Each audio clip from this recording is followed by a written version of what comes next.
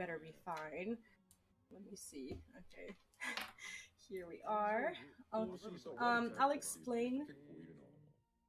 I will explain everything, why I'm starting the stream early and why everything is so chaotic right now.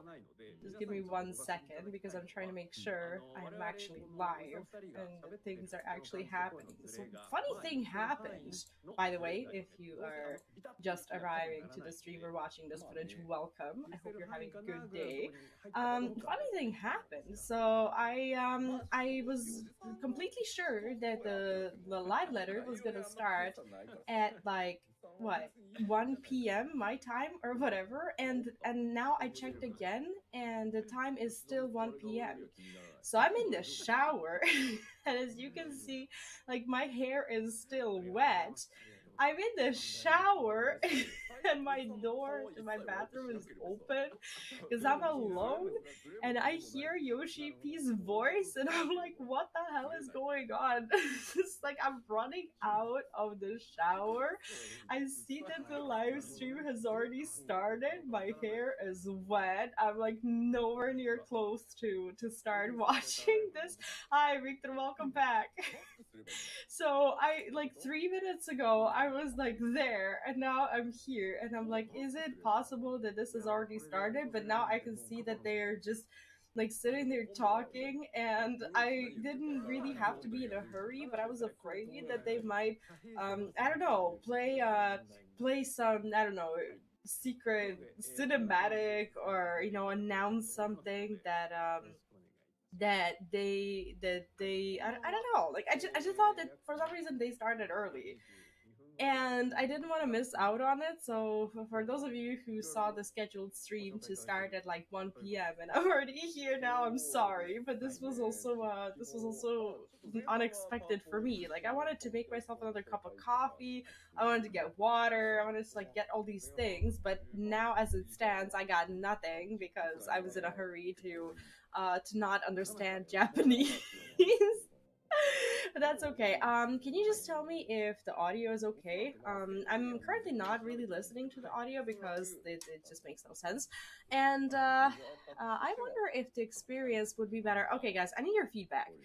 Do you prefer it being like this?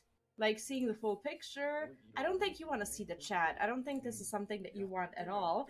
7:40 for me here, and I have a class in 20 minutes. I see. Well, I suppose then you're gonna have to additionally catch up with the live letter. It feels bad. How have you been? Okay, so there's this option, and I could also do this. But this looks kind of weird because I'm covering his face right here. So I don't know if this is what you want. Also, I could have it like this so that you can see the full picture and see the chat. So just let me know like what you prefer because I can have it I can have it in any way. It doesn't really play any sort of role for me. Just busy with class and work. How are the classes going? Tell me about busy. Like I've been so busy, and I know that like when people talk about themselves and when they say, "Oh, I'm working hard," like it usually sounds braggy, but honestly I have been working so hard for the past like couple of weeks to catch up with like all the stuff that I kind of missed out on, that you know what, I think this might be better. I've been working so hard to just get myself to the point where I'm like caught up with all the work and everything that I was supposed to do. And today I finally reached a point when I can do this no longer. And I fell asleep. Like when I took my son to daycare, I was in the middle of like editing a video, and I literally just crashed. I crashed at my desk, and I woke up in like I don't know half an hour later or so, and I realized that it is time for me to just take it easy because I've just been so exhausted. So instead of just continuing the work, I went and took a shower, and I thought I was gonna be on time, but apparently they're already here making jokes I don't understand. It's okay. The reality is that they probably are starting at 1, and the only reason why why I started the stream early is because of the fear of missing out. It is so easy for Final Fantasy XIV content to make me feel like I'm missing out. Also, Morgan, hello and welcome back. How are you doing? It's like, I don't know. I like to start my streams in a very like calm, collected nature with my coffee, with water, with my hair. Look at my hair. My hair is still wet. Like I'm a mess. I just ran out of the bath. Oh god. Like I'm just still trying to make sense of what just happened and if I missed out on doing something or turning on a bot or doing anything. Thing is, all days I work 18 oh wow kilometers bicycle in class and some I see, and I thought I was active with my 4 times a day bicycle routine, because I ride a bike to my son's daycare there and back, and then around 4 p.m. I go and pick him up, and then I bring him back home.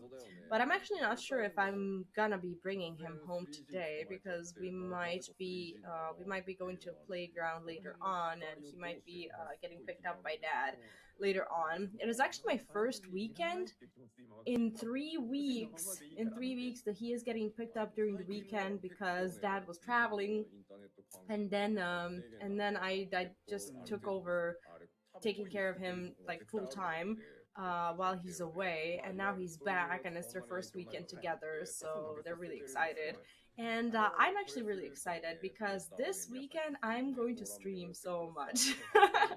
I'm so excited for this. Tonight I want to be finishing Digimon Survive, I think chapter 6, and then Saturday chapter 7, Sunday chapter 8. We are going to sit down and we are going to play through the entire chapter until the chapter is done. If it takes 5 hours per stream, it takes 5 hours per stream, but this is what we're doing.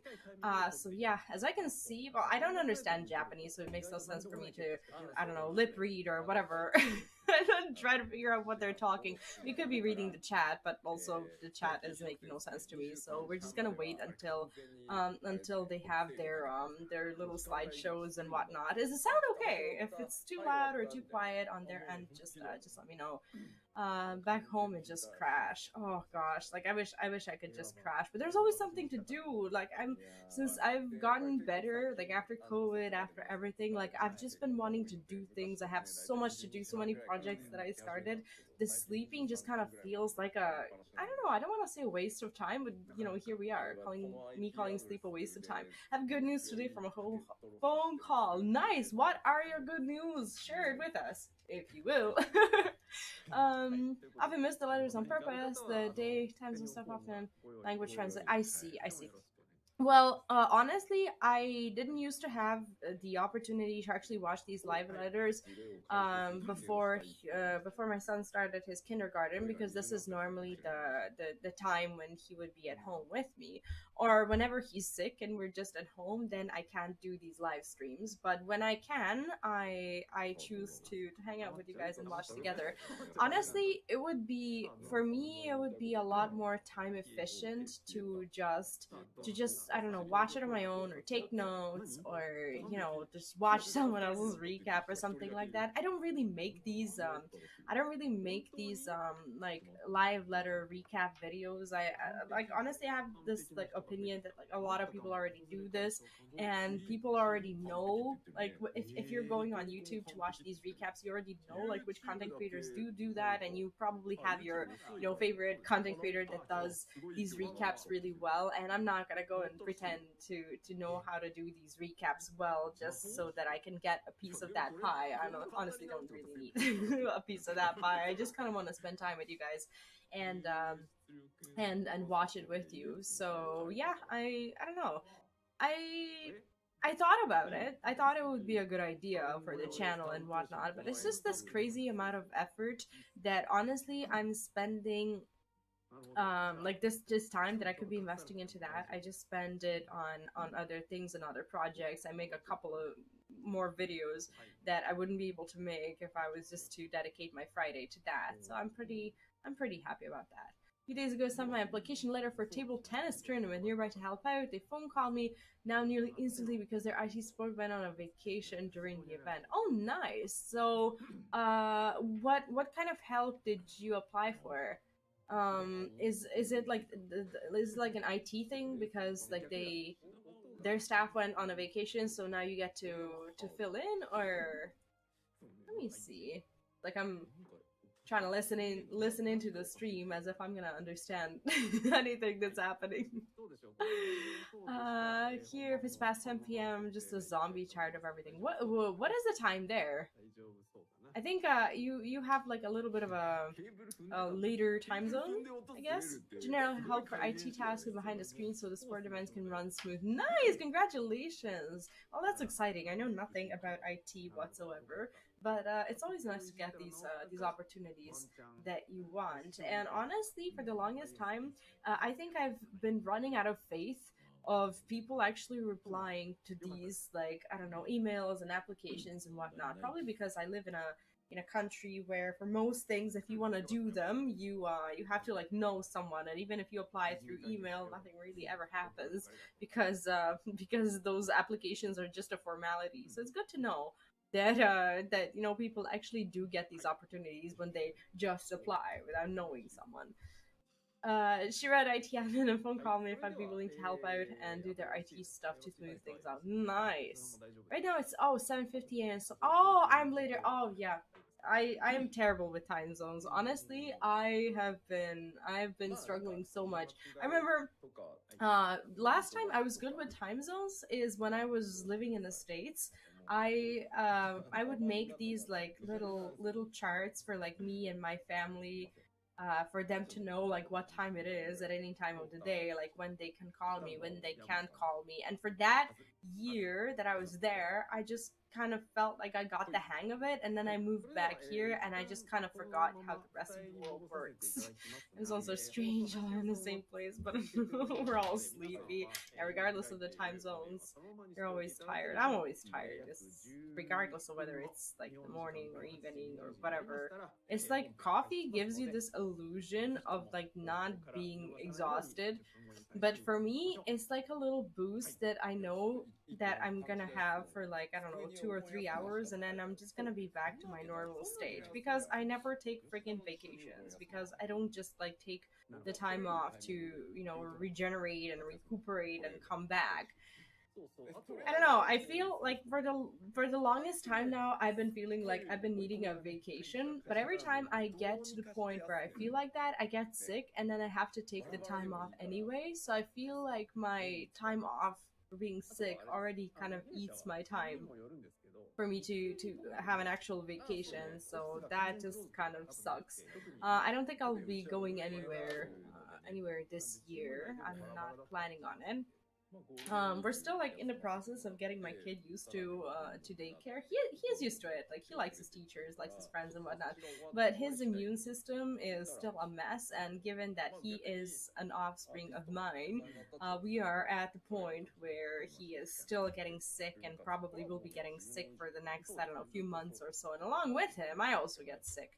So I was just really hoping that he would have a stronger immune system than myself. He is at the moment he is three, not 3.5. His birthday was in April. He's almost 3.5. Yeah. So we were kind of, I guess, late with this whole thing, like getting him to daycare and everything. But there was COVID and whatnot. So I guess that's understandable. But we actually got, like, I actually got scolded by our pediatrician when we went there last time for some reason, because they thought that I should have had him in daycare since year one, because that's normally what people do in our country. But everyone's acting like there has never ever even been a pandemic. It's like they forgot that the daycares were closed, and that only the essential workers could actually have people in daycares. I'm pretty sure that this is about to start soon. Let me see what the chat is saying. The chat is saying a lot of things that I don't understand. Trailer. No, I don't think they were covering anything. Like the chat is asking, like, for anyone who's not who's fluent in Japanese, what have they covered so far? I don't think they covered anything. Honestly. Oh, do you think there's gonna be? Do you think there's gonna be like another trailer for like the 6.2 patch or whatever? Did they do something like that last time? They did not, right? There's gonna be something. I'm gonna be right back. I just have to run to the bathroom quickly and do I need another coffee? I don't think I need another coffee. I'm already talking too much and talking too fast because I just gulped my coffee before starting the stream. So yeah, I'll be right back. Enjoy this wonderful, wonderful, wonderful picture of this lovely man.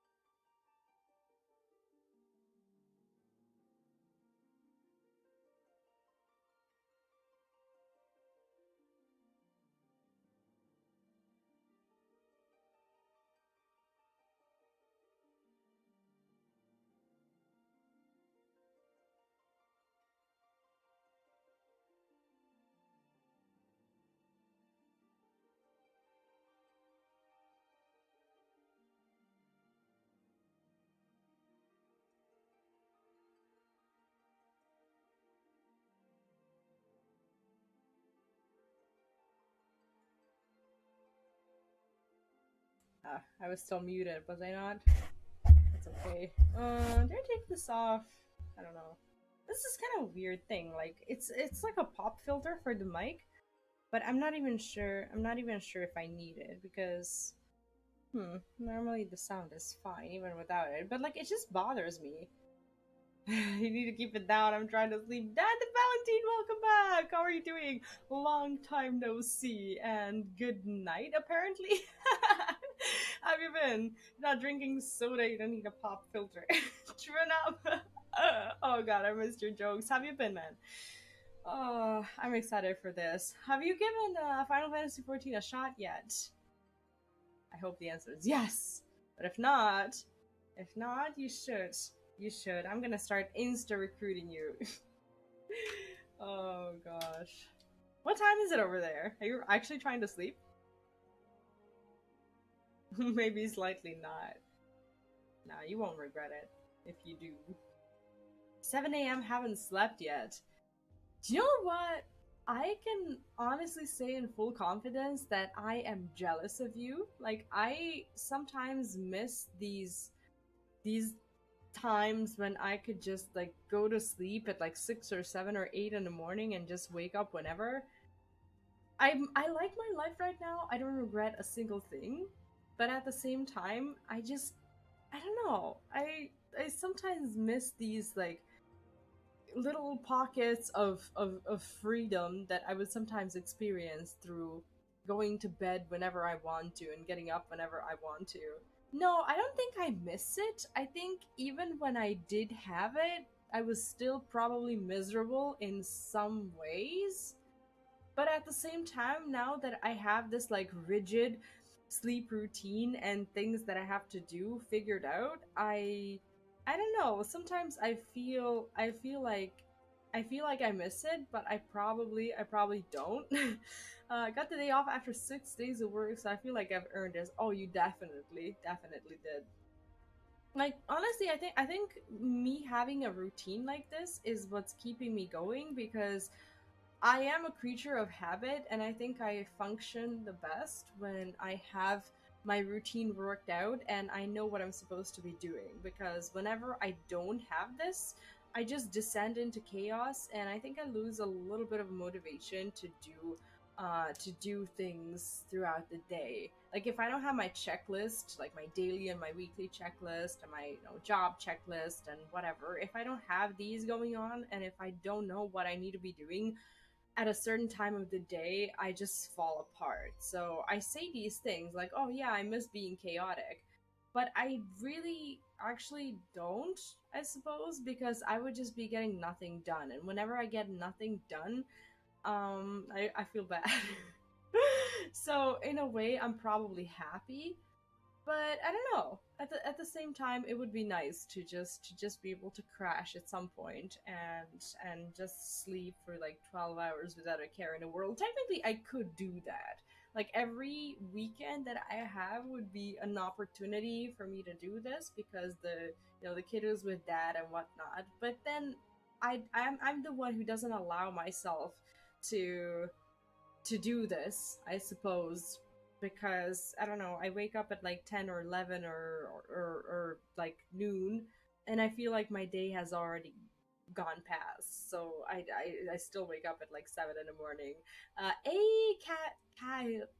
Cal, I'm sorry for butchering your name. My brain is just not processing it properly. I haven't had my third coffee of the day yet. Welcome to the stream. How are you doing? And yeah, glad to have you around. Let me be the bad influence. Oh man, like I couldn't be influenced in that way if I wanted to. I have to keep to my schedule. Otherwise everything's falling apart. Streams falling apart, content is falling apart, I'm falling apart, my life's falling apart, and we get nowhere, right? Definitely not. I think I've also gotten slightly addicted to what I do.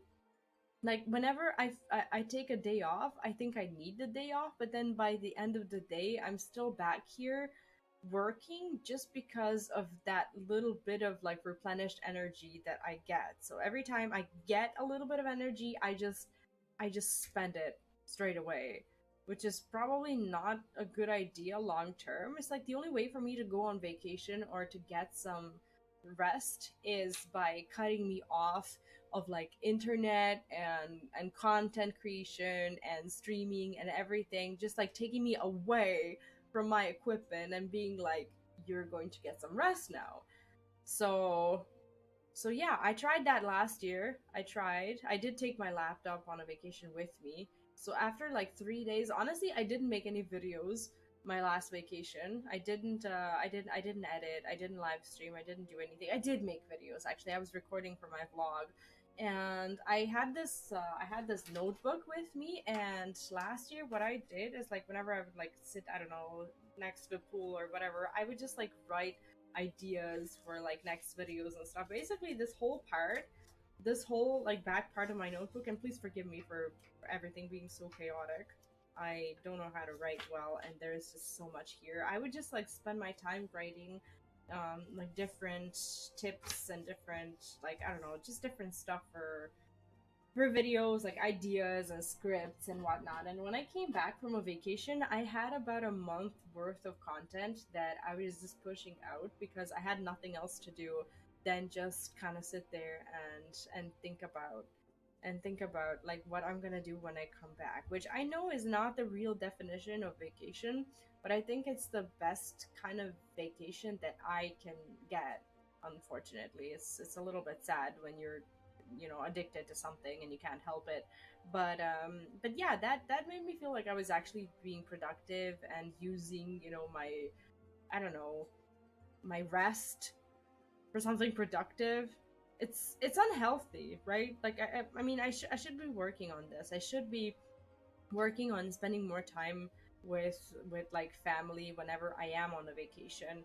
In my defense though, last year when this happened, everybody was asleep, so I didn't really like miss out on being with them or anything like that. But like I think I need to work on actually realizing what a vacation is when I go on one. I forgot if you watch anime. I do. I watched recently Open My Mind Up. I don't know if you heard of Sunny Boy, but if you want a trip, it's definitely a thought provoker. I haven't heard of it, so yeah, toss me a link anywhere, Whispers or Discord or anything like that, and I'll check it out, or I'll just look it up later. But I also might forget about it. So yeah, just a little reminder for everyone who's watching on Twitch. I am. Oh, I don't have a. I don't have that kind of command. What I can do though is I can toss you an invite for Discord. There's a link on Twitch, like in the About Me for Discord, but I'll just post it in the chat like this. No, it is my bad that I haven't done it. Just a little reminder: if you're watching on Twitch and you see me like answering messages or whatever that you, I don't know where they came from. I also multi-stream on both Twitch and YouTube, so we pretty much have two chats going on. So if you want to join the chat on Twitch as well, I think there's a pinned message in the what is it, like the pinned comment or whatever on YouTube in the chat. And if you are on Twitch, there's also a YouTube channel. I'm currently live on my main channel, which is Mom's Den, and you can find all the links in the description anyways, so you can choose the chat that you feel comfortable with. Unfortunately, in order for me to be able to do this, I have to cancel everything, like every form of monetization that I had on Twitch. I'm no longer an affiliate because Twitch doesn't allow multi-streaming on both YouTube and Twitch at the same time because of their exclusivity rule. Every time you stream on Twitch, you have to wait 24 hours for that content to be able to be published anywhere else, unless you have some sort of mad deal that I don't. So I had to cancel. So for those of you who have been supporting on Twitch before and no longer can subscribe or whatever, sorry about that. Currently, the only way to support the content is through Patreon and like stream elements, or on YouTube through like YouTube memberships or super chats, super things, whatever it's called. So yeah, that's why we are. My Twitch feels really naked right now. There's no like emotes. There's nothing going on, unfortunately, because if you want to keep both communities happening, everything just what is this? Is this a wait? Is this for the island sanctuaries?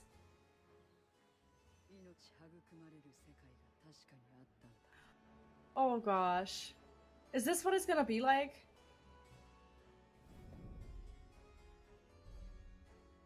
Or this is just something else?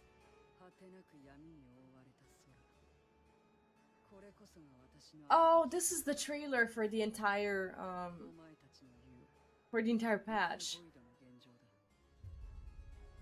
Or no, this is just.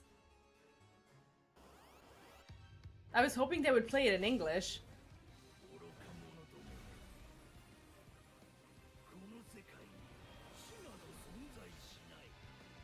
Oh, that's the raid boss.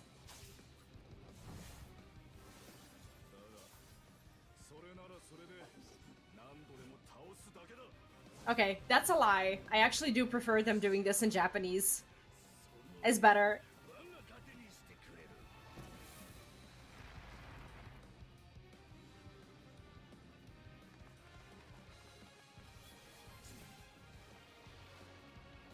Oh, what is that?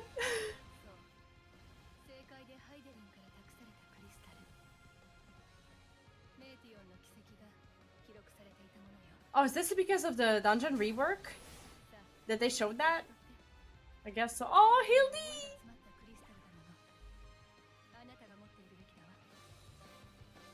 Wow, your stolen Japanese sounds so foreign to me.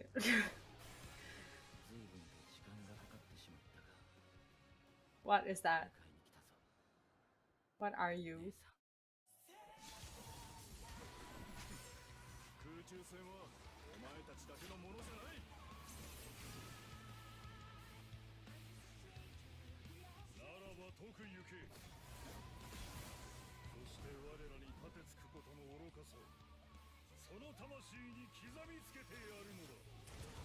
It's like my brain is trying to process what they're saying, but like I'm just like hearing noise.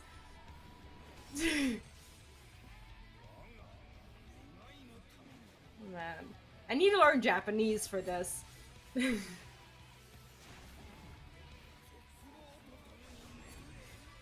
Oh god, they're such eye candies. Oh god, they are so hot.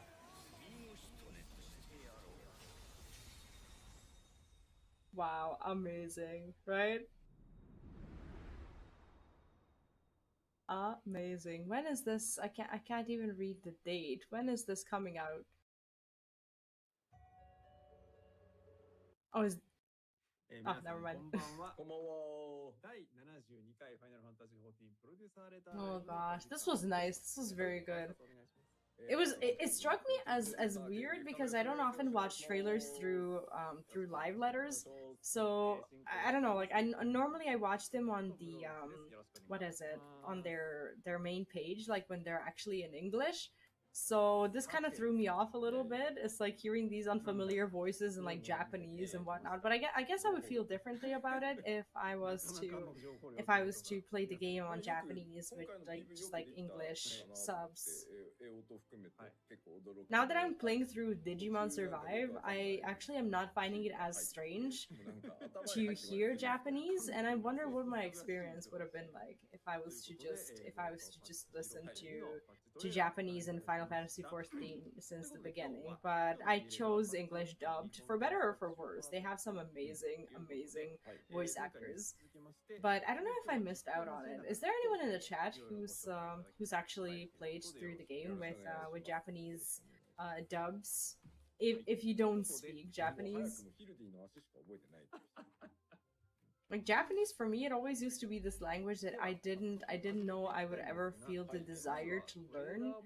But now that I'm doing more I don't know, stuff that has something to do with the content that comes from Japan, I'm just like, why don't I know Japanese? You know, it feels bad. But I think that's gonna be nice.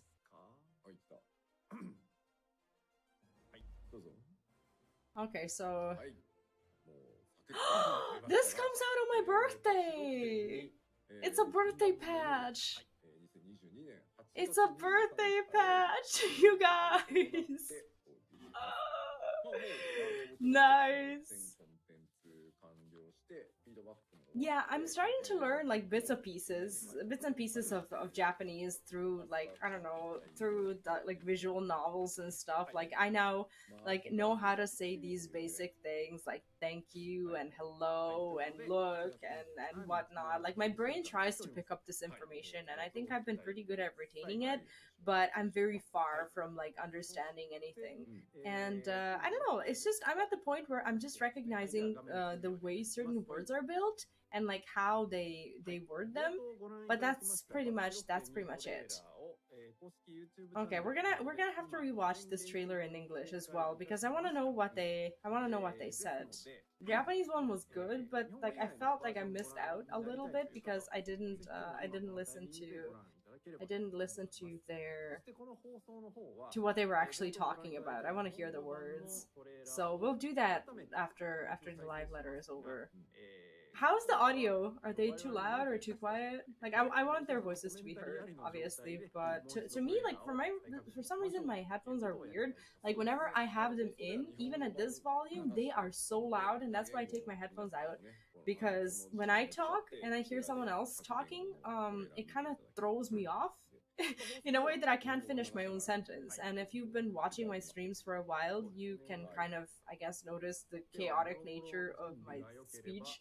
And sometimes I struggle with like finishing the sentences and thoughts that happen in my head, even without someone else speaking in my ear. And when I have someone else speaking in my ear, it just turns into a mess. Yeah, exactly. Like when I hear them talking, I feel kind of rude. I don't know, it feels rude to like be talking over them. I wonder if this is gonna be a full trailer for the Island Sanctuaries. This beginning is what we already saw within the trailer. I would like to see the full Island Sanctuaries trailer, but I don't think well they might not have one. Oh no, this is just okay, so they're playing the Japanese trailer again. Yeah, it just kind of feels like yeah, exactly. It feels like trying to talk over them, so that's why I take the headphones out. I know on your end it doesn't really feel like that. It doesn't like feel weird or whatever, but like when I have my headphones in, I just feel like I don't know, trying to talk over Yoshi P's voice, and that just feels disrespectful in its own way.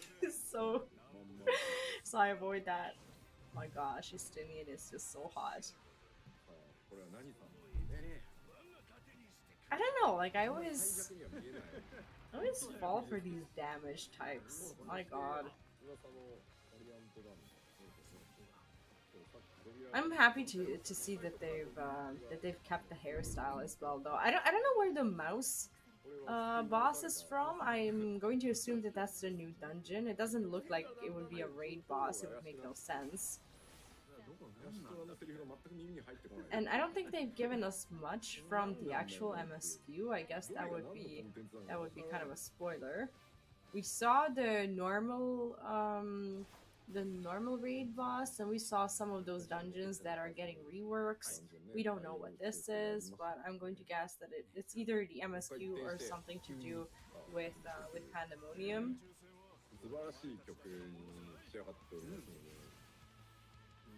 But it's really nice. It's a good trailer.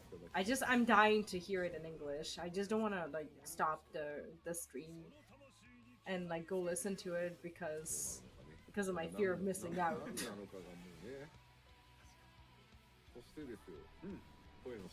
Excited for you, more new stuff came out in Monster Hunter yesterday. Oh, I forgot to ask, how's Monster Hunter been? Like, honestly, I bought the game, like, what, 2 years ago, and I never even got to play the game, and now the game is, like, 2 expansions in, and I still haven't even gone through the basic game, and I've been dying to play Monster Hunter. It's just sitting there, literally. Oh, I love this art. This is so gorgeous. It's creepy, it's eerie, but gorgeous at the same time. Birthday patch! That's gonna be my birthday stream. We're gonna do the MSQ. That's gonna be fun. What a birthday present, huh? I love Yoshipi's like sweatshirt. No, that's is that what you call a sweatshirt, or is that a jacket or what? Love it.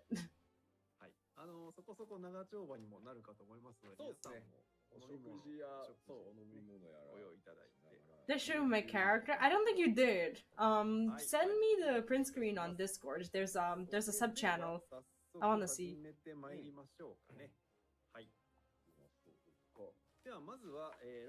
Can you have alts in Monster Hunter?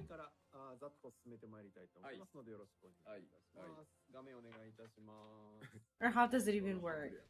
For someone who bought the game, I know precious little. What's to come? Okay, so we're getting the new MSQ, obviously, new side quests. Okay, so this is what we already know. Tataru's Grand and Never continuing, and somehow, okay, further Hildebrand adventures. I'm actually hoping they're gonna tell us a lot more about what's going to be happening with Hildebrand, as now he's getting tied to the actual relic. So I'm not sure how that's gonna work. I don't know if we're gonna be getting like the actual relic content within the Hildebrand patches, or they're gonna be like a side content of the side content. I'm not sure how it's gonna work. But when it comes to Tataru, honestly, I think I've been a lot more excited for Tataru before I actually did the quest. Like, it was fine. The story just kind of started off nicely, but it was a little bit underwhelming, to me at least, in comparison to everything else that I've seen in 6.1. And I don't know, like, what did you think about... No, don't worry, no worries. You can put it anywhere, really. I just want to see your character. But yeah, when it comes to Tataru, like, have you maybe had the same experience, or was it as exciting for you as it was marketed? Because I know it's just a beginning, and I know I can't judge the whole, content based on the beginning, but it just kind of felt a little bit slow. Okay, so we get the new weapon enhancement quests, unlock and somehow further Hildebrand adventures. Okay, so basically the patch is going to serve as the unlock for the relics, but is it going to branch out? Like, are we gonna have relics coming in separately, or are we gonna have to wait for the Hildebrand adventures patches throughout the expansion to actually get the relics content, is what I'm wondering. New tribal quests, the Omicrons, okay, for Disciples of the Land. That's fine. Oh gosh, I need to finish leveling my gatherers. I haven't done that yet. I have most of my crafters leveled, but I haven't leveled my gatherers yet because I've been slacking. And normally people level gatherers first, but apparently I had money to burn.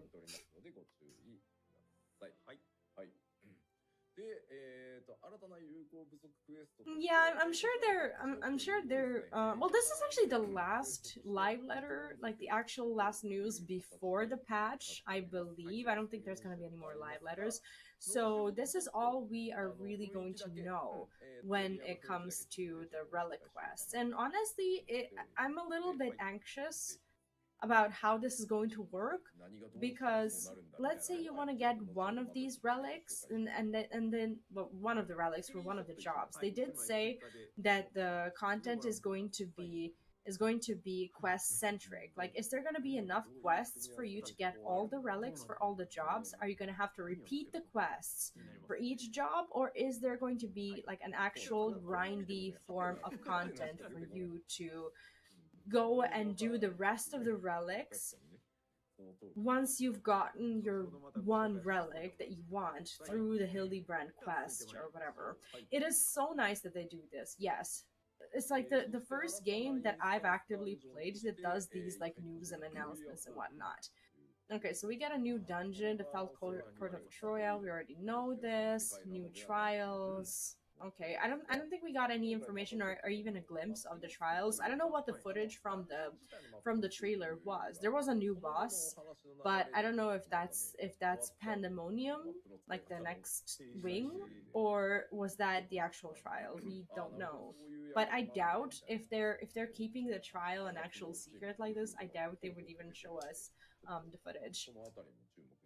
Engine grinds are the worst, but also good at keeping you in the game.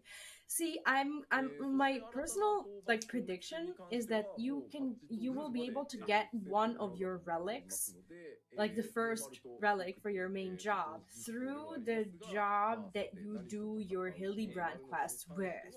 And I'm going to guess that there's not going to be enough quests for you to do all of the content, like to get the relics for all of the other like 19 jobs if you so choose. I'm going to guess that there's going to be some sort of alternative way for you to go and do it. Similarly to how leveling works. Like when a new expansion comes, let's say Endwalker, like you were able to get your main job, level it from 80 to 90. I call it for free because you didn't have to like queue into any dungeons or whatever. You just received the experience through just doing the main story. And then for all the rest of them, you had an alternative way to level through like dungeons, through whatever. And I'm hoping, I'm hoping that there's gonna be like a good way to get all the rest of the relics. So there's a new raid, Pandemonium Abyssos. Is this right? Abyssos Savage raid will be released 1 week after patch 6.2. Honestly, I've been slacking so hard on the Savage content. I should have been progging Savage, and I had so much time. But instead of like progging the Phoenix and the last boss, I've just been playing a lot of other games, and it feels like this is gonna be something that I'm gonna miss out on, at least at the beginning of the Savage tier, because I'm not gonna have it unlocked.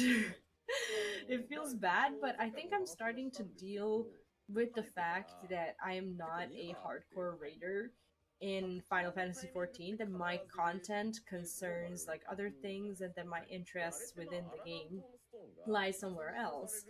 And I think I'm starting to be more and more okay with that, because lately I've been focusing not just on Final Fantasy XIV but other games as well. I have this fear of games falling apart and flopping, and then me flopping with them as I started to do content as a full-time creator. I'm just so anxious and so afraid of like tying everything that I have into like one game and hoping that that game is going to be good and viable and whatnot forever.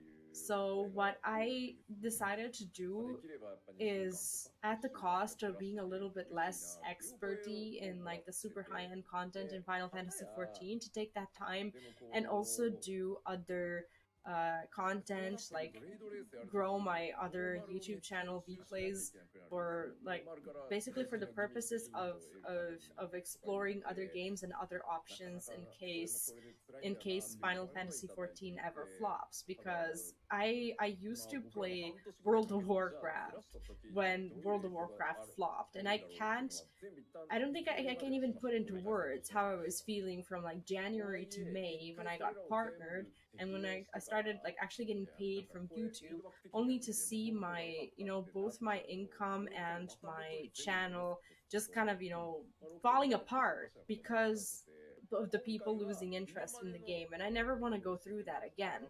I think Final Fantasy XIV is going to be super viable for such a very long time, and I don't think the game is going to flop. I think, if anything, 7.0 is going to be absolutely amazing, and I have a lot of faith in the game. I'm just putting a lot of other things on the line as well as now a full-time content creator who is just barely making it to be able to be a full-time content creator. Like, I'm not some sort of like YouTube millionaire, or you know, like I don't have a massive channel, and I can't allow myself to, you know, to live off of, I don't know, 50% of my previous, I don't know, audience or viewer base or whatever in case the game flops. So I have to be wary of that as well, and it's scary. It's really scary to.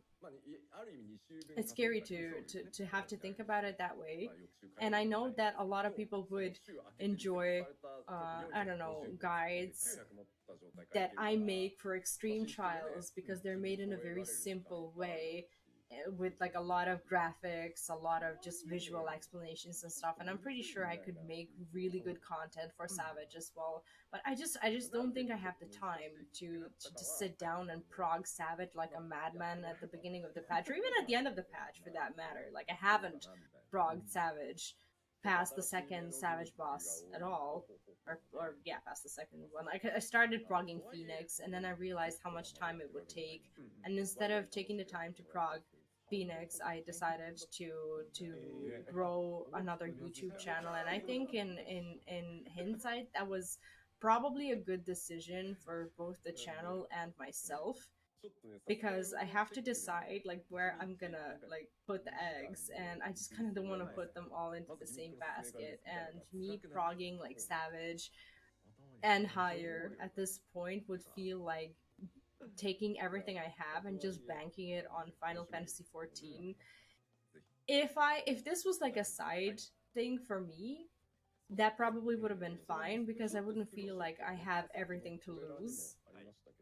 But it's not a side thing for me anymore. So I'm just going to have to deal with branching out a little bit. And it is something that I, at the end of the day, want to do. I want to be playing other titles, like other Final Fantasy games. And I have my, like, you know, my notes. This is how I do my business. I don't have like a normal, you know, normal notebook like or a document online like a normal person. This is my content planning. That notebook that I showed you, that's what I used to do last year, and it didn't really work out.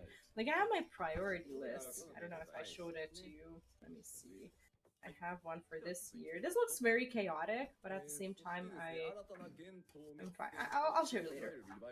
Okay, so we get the new Unreal Trial, the Containment Bay. Actually, I didn't. Maybe I just didn't pay attention to the Unreal Trials before, but I thought that Unreal Trials had a longer life cycle.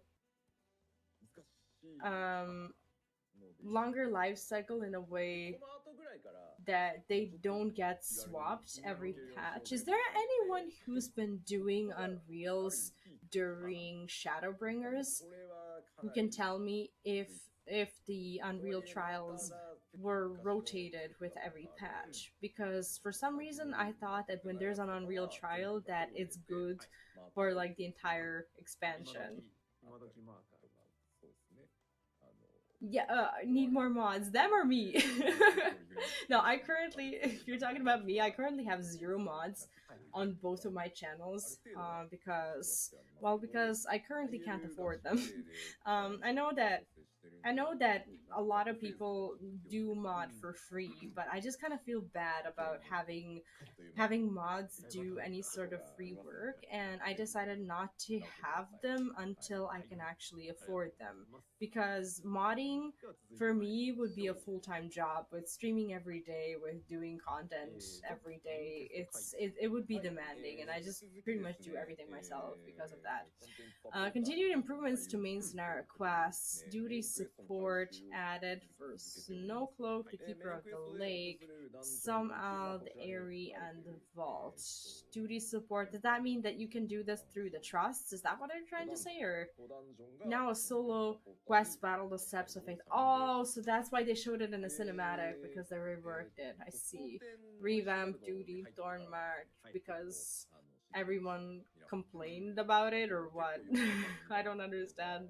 I don't understand why they reworked it, to be honest, but I don't know. For someone who may have been playing for a longer time, you guys might have more insight than myself. I think honestly, I think I only went to the dungeon a few times, and that's pretty much it. Where's my? I'm trying to find my games, my priority list for this year. This is my 2023 priority. Like when it comes to my variety content, I have my jar with like a lot of titles that I probably won't get to play in my entire lifetime. But I do have another one. I know this looks chaotic, but I promise you I can make sense of this. Okay, so basically this is what I decided to do. Apart from my main channel, I decided to also invest my time into playing through these games. Hello, Luneth, welcome back. What is the word? The words are currently all Japanese. We don't really understand them, but but so far everything that they've shown and that they said was going to be happening is what they already said in the first live letter. Honestly, I'm a little bit confused about why they decided to do this in two parts. Maybe there's gonna be like new information about island sanctuaries and other stuff. And I get that this is just the intro, but yeah, we'll just have to wait and see. The list, yes. Now I have two lists because I realized that I've put a lot of stuff and too much stuff on my 2022 priority list, and it's kind of going to be impossible at this point to finish it all in 2022. So I started my 2023 list, and there's a lot of stuff. Like honestly, I want to finish a lot of games until the end of the year. I started Klonoa. I think I'm somewhere at the last boss, so I have like an hour left of Klonoa gameplay that I want to go through, and I'll be hopefully doing that soon. Final Fantasy VII, like the original game, is very high on my list. I think I'm like 27 or 28 hours in, and hopefully, I think I'm past halfway through the game, and that is like the first thing that I'm gonna be working on as soon as I finish Digimon Survive. There's Tomb Raider, that I think I only have like, I don't know, a few hours left to finish the game, so I'll do that. Outriders, hopefully we're finishing that this weekend and starting World Slayer and getting to Endgame. Hopefully this weekend and not this weekend, next weekend before the patch comes out, because once the Final Fantasy 14 patch is out, I'm gonna be taking a break from Outriders and just be doing that content during my streams. There's a Lord of the Rings Gollum game that I want to play this year, depending on whether or not you guys are interested in it. I'm hoping to go through that. Harvestella is definitely on my list for this year. I'm so excited for it. Then I have Star Ocean Divine Force. By the way, as I'm going through these titles, just if you have any comments or like, I don't know, if you would like me to move some of these games to the top of my priority list, I would really appreciate the feedback. Let's see, job adjustments. Okay, so they're gonna do the PvP updates. I see Yoshipi has been playing a lot of PvP. Imagine Black Mage getting getting buffs. So what else are we gonna do this year? We're gonna do Hogwarts Legacy, Final Fantasy VII Remake, hopefully. Final Fantasy Origins. I actually don't know when Origins are coming out. There's a chance that they're gonna come out this year or next year, but we're gonna be going through that. Okay, so I think for now what they're doing is they're just going through recaps, like what they were talking about before, like Island Century, variant dungeons, and Criterion dungeons. Um, I get ganked every time I LB in PvP. As a black mage, you've been playing PvP as black mage, really? I did not notice that. Um, Oh yeah, well of course. You get like what, 30 seconds of insane power. Of course you're gonna get ganked. It's like Black Mage uses the LB and Black Mage is no longer allowed to play the game. Oh, you retired your machinist. I see. See, you're the reason why I even started playing machinist in PvP, and why I've been too afraid to move on from machinist to do anything else. I do play Pally in Crystalline, but that's pretty much the only other job that I consistently play in Crystalline. I can't play Pally in Frontlines to save my life. Mostly machinist is my Crystalline conflict go to, not Crystalline, frontline go to, and for Crystalline, I'm somewhere between. I don't know. Dancer is pretty fun in Crystalline. I know people have mixed opinions about Dancer, but Dancer is fun, and Pally is just insanely fun for me because I just feel freaking indestructible. I like ranged in PvP. I like ranged in not Crystalline, to be honest, because I feel like I never know where to stand in Crystalline when I'm ranged. It's like I do try to be, I don't know, I do try to, be within the crystal range whenever I have to as a range, but I feel like range has to like really think a lot about where they want to position themselves in PvP, and it's very circumstantial. Whereas if you are melee or tank or whatever, you just stand by the crystal and you're fine. The additions to adventure, plates, and portraits, transitioning from beta version to official release. It's like, is it weird that every time something has been out for a while and then they say that it's coming out of beta, I don't even feel like that's the launch because in my mind it's already there. That's kind of how I always feel about these things. What is this? Revise through though other portrait data created during beta will be lost. I see. Portraits linked to adventure plate or gear set will remain intact after patch 6.2. I see. Okay, so we just get to redo it. Please refer to letter from the producer live for more information on portrait updates. That's fine. We'll just make new ones. Alright, have fun at work. Thanks for dropping by. What else are we gonna do this year? I'm talking about V plays. Most of these games are gonna be on V plays, with some exceptions that I'm gonna do on my main channel, and I will let you know which ones they are. I generally am not planning on converting Mom's Den, like as the YouTube channel, into variety. I'm planning on keeping it Final Fantasy XIV, with some notable exceptions in case I don't know, in case let's say I get a sponsorship where my contract or my, I don't know, sponsorship conditions demand that it's on this channel because it's bigger or whatever. Like, those would be the exceptions, and something that you guys are obviously interested in as well. Miscellaneous updates, those are usually the most fun ones. Elegant tombstones of casualty added. Okay, new high level crafted gear added. Ability to request repairs from other players both in and outside of duty. That is actually insanely useful. Combo sequence display added to the actions list. Okay, well those are all nice. Uncharted and Last of Us are currently not on my priority list, but I have compiled my 2023 priority list that I think you're gonna be quite excited about personally. So we're gonna do Origins either at the end of this year or at the beginning of next year, depending on when they come out. I want to do Elden Ring. I really, really, really want to try the game, and it's a massive game. I understand this, and I understand I'm gonna need so much time to get it done, but I really want to.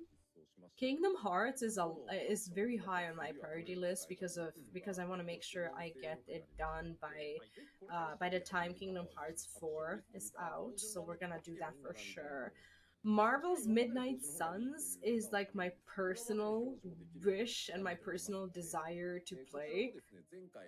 But I'm not sure if it's going to fit the schedule for this year because of everything else that just needs to be done if I wanna play the DLCs next year. Valkyrie Elysium is something that I definitely want, and that's going to also be on replays, not on my main channel, but it's gonna be nice. Miscellaneous updates continued. Rare materials added to ethereal. Reductions performed by minus botanists and fishers. Okay. Materials not used in crafting battle-related items. That's fine. Nice. Glamour dresser capacity expanded from 400 to 800. I actually heard rumors about this. I'm not sure if it was in a previous live letter, but I just heard it from other people. I never actually saw it as an update. If it was in a previous live letter, I probably just missed out on it. Adjustments to the order of certain returns to Ivalis quest. Is it Ivalis or Ivalis? I feel like I always read it wrong. In accordance with this quest, making bacon, bread, and walk on by will become unavailable. I see. Is this why we had some of the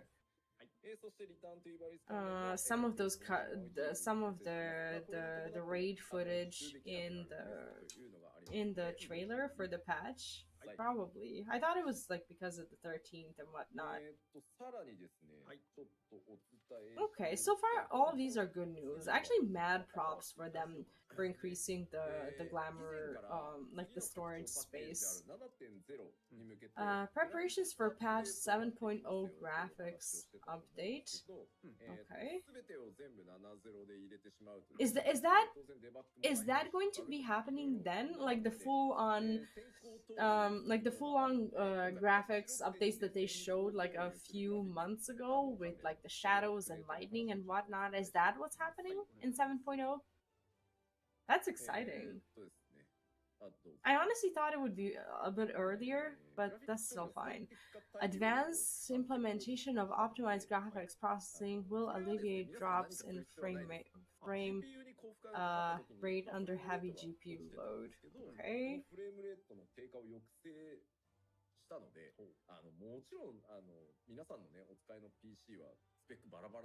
Alright, so yeah, when it comes to Midnight Suns, or I already talked about that, and I talked about the Elysium, Crisis Core, FF7 Reunion. This is also something that is very high on my priority list, and I would love to get around to it as soon as possible. But that depends on when I'm gonna finish the base game. Digimon Survive. I'm about to finish that. Diofield Chronicle is one of those games that may or may not appear on the main channel as an on Mom's Den instead of replays. Just because I would like to create a little bit more content when it comes to Diofield Chronicle. So I know that tackles that I know that it's going to, I don't know, it's kind of breaking the immersion of Final Fantasy XIV only content, but that's something that I'm still thinking about. But I'm pretty sure I'm gonna do the Diofield Chronicle on this channel. Dynamic resolution function, beta version Windows, I don't understand what that means. Adjust the resolution of 3D graphics according to the current GPU burden. Enable settings to prioritize frame rate over resolution. Well, these are all good changes. I guess they want to make sure that everyone, regardless of what kind of gear they have, that they can still play the game uninterruptedly. These are good changes. So when it comes to Diofield Chronicle, like I said, that's probably going to be something that I do here on Mom's Den. And if you're watching on Twitch, you're gonna see all these games anyway, so that doesn't concern you that much. God of War is like a big project that I'm sure is going to remain unfulfilled by the time Ragnarok is out, because it's just a massive game, and you already see how many things I want to do by Christmas, I suppose. I'm not sure if that's gonna be happening. And there's Tactics Ogre Reborn coming out. I think that's October or November 11th or something like that. I'm pretty sure I'm going to be doing that on Vplays as well. And every day I get tempted by, like, I don't know, other games, and I want to add them to the list. I've been wanting to try like Tower of Fantasy, but I'm still like very iffy on that because I just get really thrown off by this idea of playing something in beta and then all of my progress just kind of getting removed. So if I do play Tower of Fantasy, I'm just thinking about waiting until the official launch, like on Steam and whatnot, and actually play it there. What do you guys think? Is this something that you would actually like to watch, like based on other streams that you've seen or whatever? Is that something that's enjoyable to watch as content? Because I'm not sure. I'm not sure if that's something that I want. It is somewhat on my list, but I'm very iffy on it. If I never get to play Tower of Fantasy, I never get to play Tower of Fantasy, and that's fine. But it's still very questionable. I do have my 2023 list as well, and this is all subject to change. But I'd like to go over the Spider-Man games because I want to be ready for the second Spider-Man game. I think that's coming in 2023, and that's gonna be pretty exciting. There's FF16 coming out next summer, and that is definitely on my list. Forspoken is coming out in January, and I think that's gonna be a lot of fun to play. I think it's January like 23rd or something. Don't take my word for it. I could be confused and could be mixing it with other game releases that I don't know. I don't know if it's the 23rd. It doesn't matter. Anyway, I think it's January, and we'll definitely play Forspoken. Like I said, we're getting ready for the Kingdom Hearts 4, so I'm gonna make sure I dedicate about 200 hours to getting through other Kingdom Hearts titles. Black Myth Wycon is one of those games that are a huge question mark for me. The game looks gorgeous, and I think it's gonna be a lot of fun to play, but I'm still not sure if that's something that you guys would want to watch.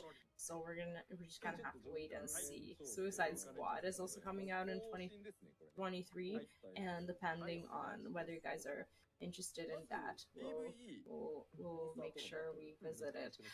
Job adjustments, no major overhauls, but minor adjustments to several jobs. Intentions behind job adjustments will be explained.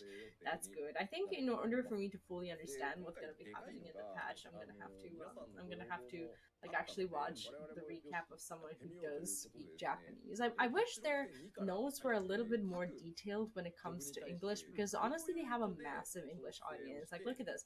When you exit the chat, yes, there's people speaking Japanese, but there's also people like asking a bunch of questions in English as well. And I kind of want to check out the chat because there's a possibility that someone is actually talking about this. Oh, sometimes like the way the chat scrolls is making me dizzy. People are mostly talking about samurai overhauls. Not overhauls, but buffs. Kaiden.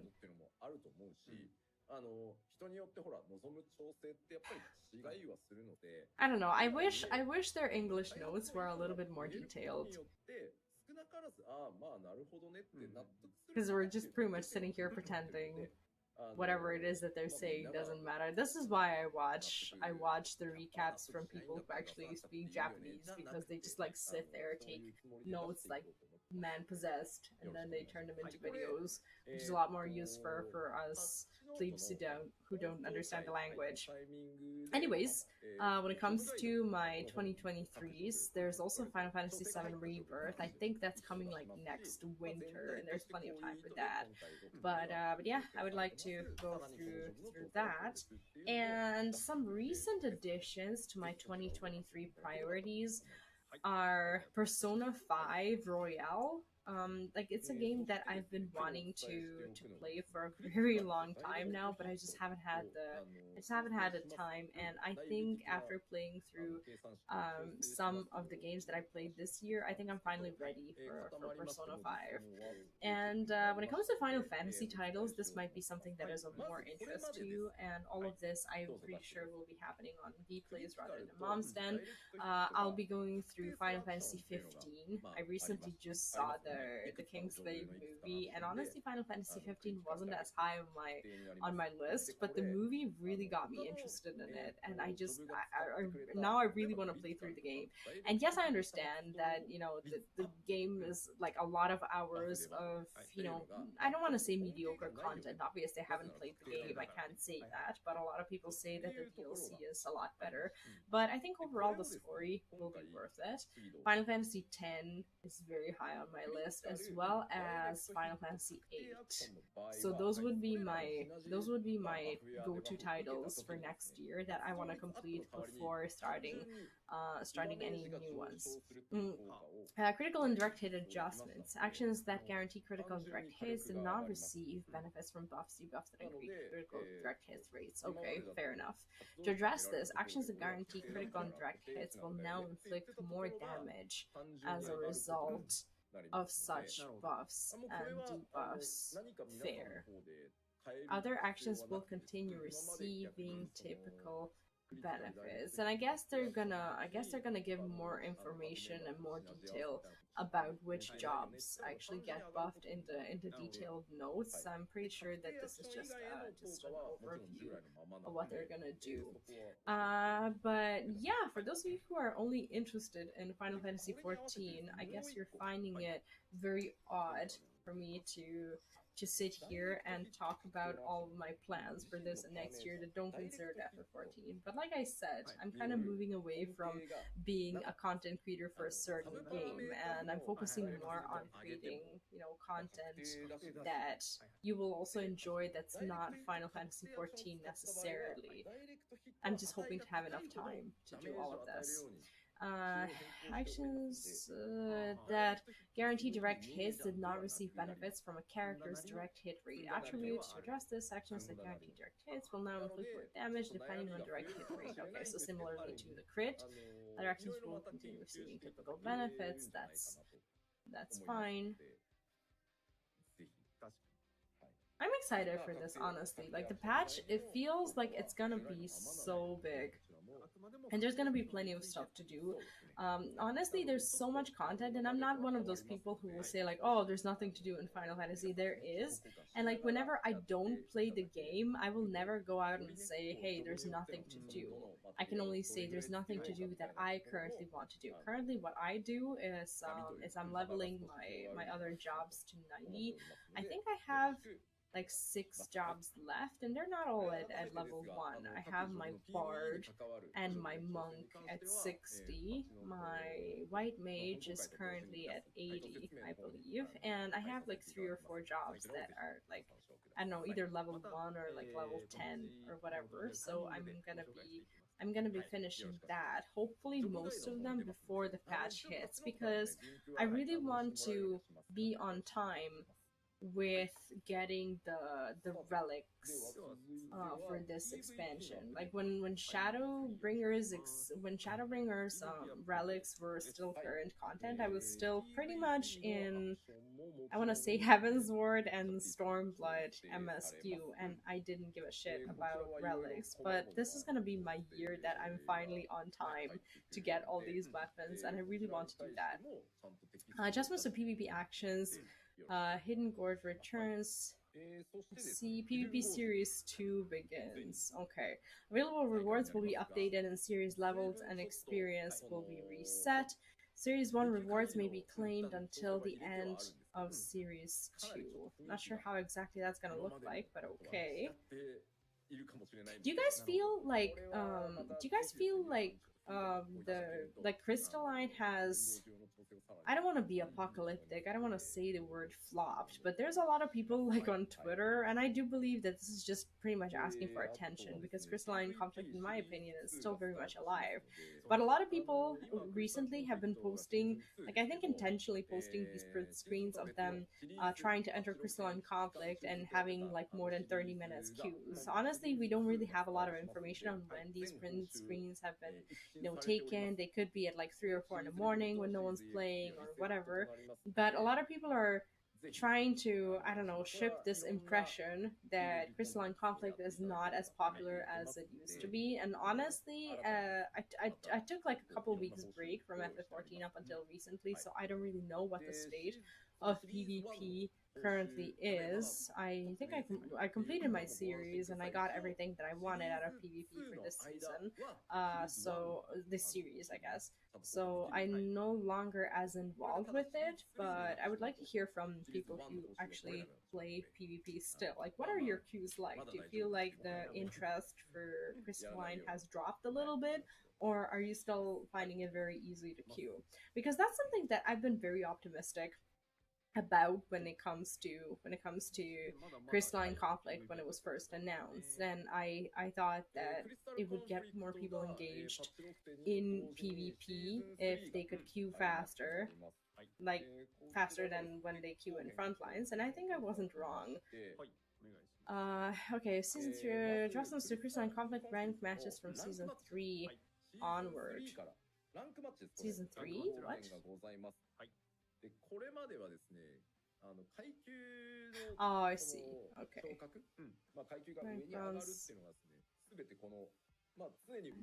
Okay. I want to see what the chat has to say about this. Sometimes the chat moves too fast though, and it makes it hard to read. Samurai LB in PvP is too strong. Do you guys think so? I haven't actually played Samurai in PvP.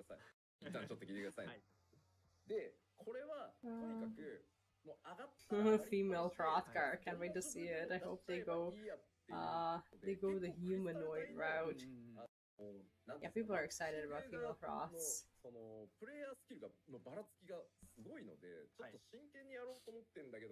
The mods, Auto Samurai LB is the OP ones, damn cheaters. Is there still cheaters in PvP? Is this something that people still do? In Crystalline? Like, are you guys serious?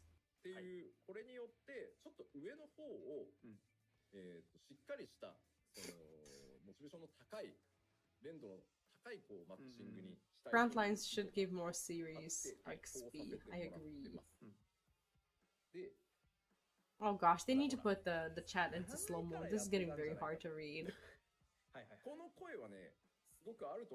Because I really want to see what people have to say about this. Nerf LB Samurai, what the fuck? Oh gosh, I think I need to start playing Samurai in PvP.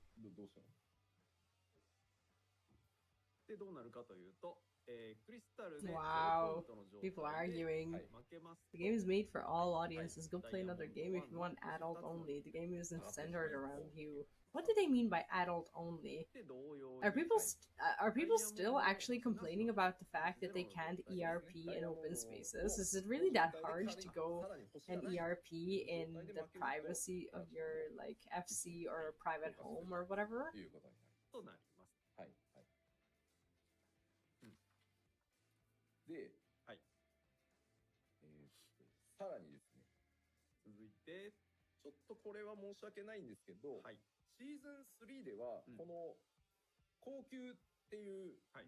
In light of the demotion feature, all ranked characters will begin Season 3 at Bronze 3, with Rising Stars set to 0. Okay, that's fair enough. My god, they need more English notes. I'm relying on the chat to make sense of this. And the chat is not really helpful. Like, all the people who understand this are the people who write in Japanese also. Final rankings will be determined by the highest tier or crystal credit score achieved during a season. Okay. We'll have new Aglaya. No, Aglaya is not coming out until I do think that they're gonna do the next Aglaya patch in like 6.3 or so. And then the 6.5. Exclamation reminder when they stop talking about PvP. Like, from what I'm seeing, people seem to be less interested in hearing about PvP. They're like writing yawn and stuff. Like, I'm getting this general impression that people just don't care about PvP at all right now. Great, I'm not going to be able to do anything except PvP next patch.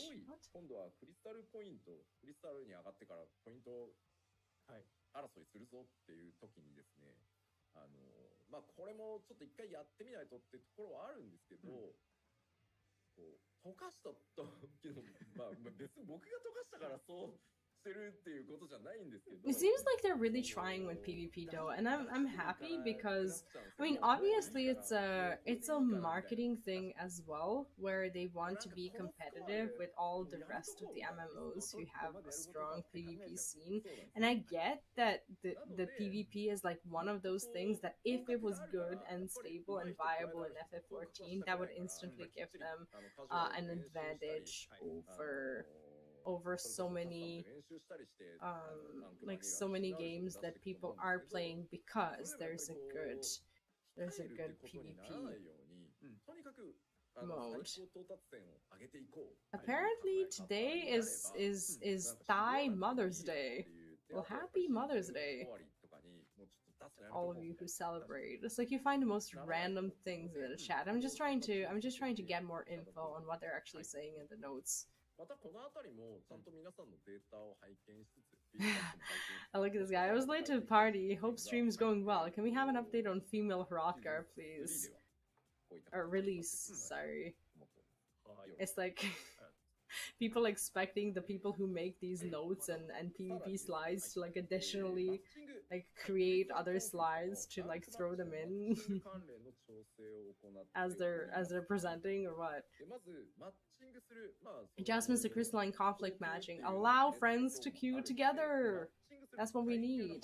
Matching will undergo overall adjustments. Like that's all well and good, but I just for the life of me I don't understand why it was so hard to create a mode where you can as a player who wants to queue with their friends, why you can't queue together. And I get that it could create a little bit of a disadvantage towards like the people who queue alone, but we really need this. Like I really want to be able to queue PvP with my friends, and that's pretty much the reason why I've lost a little bit of interest when it comes to participating in Crystalline, because I don't know, sometimes like Luneth and I will decide to play PvP and we're like, let's queue PvP, but like he's queuing for himself and I'm queuing for myself and we're like, yay, you know, you get to play together but you're not really playing together, so that's really stupid. New enhanced matching will allow for dynamic adjustments to matching based on current tier population and more, performed independently of patch releases and other maintenance. Okay. Withdrawal mid-duty or after matching has been completed will result in stricter penalties. Fair enough. What are the penalties right now?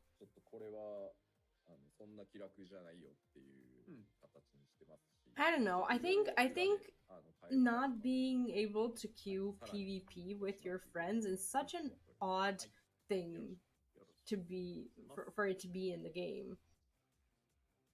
I feel like I'm actually not too experienced in like the way other MMOs do things, but I feel like when it comes to PvP, you should definitely be able to play with your friends and play in like teams. Adjustments to crystalline conflict rewards.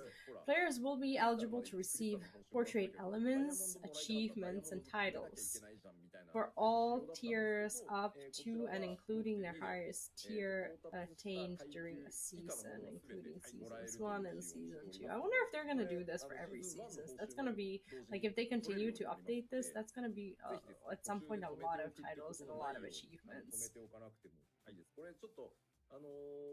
Okay, fair enough.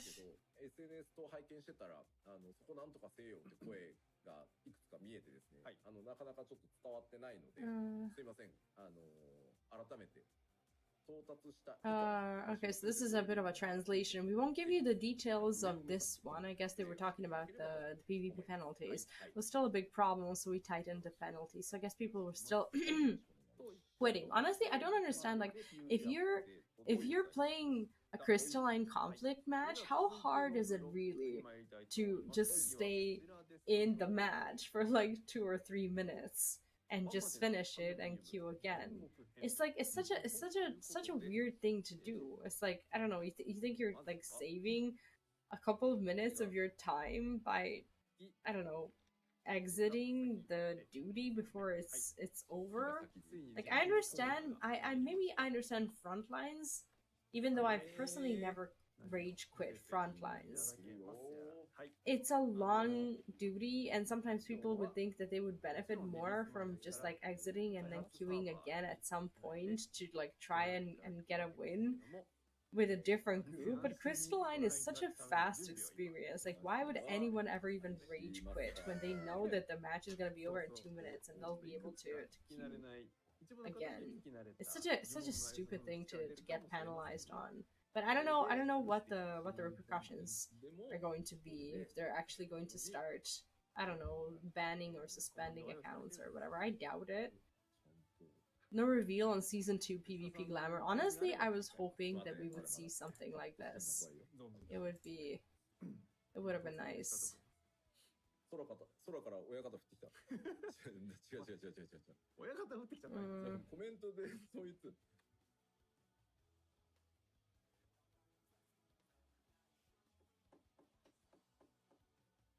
What is this? はい。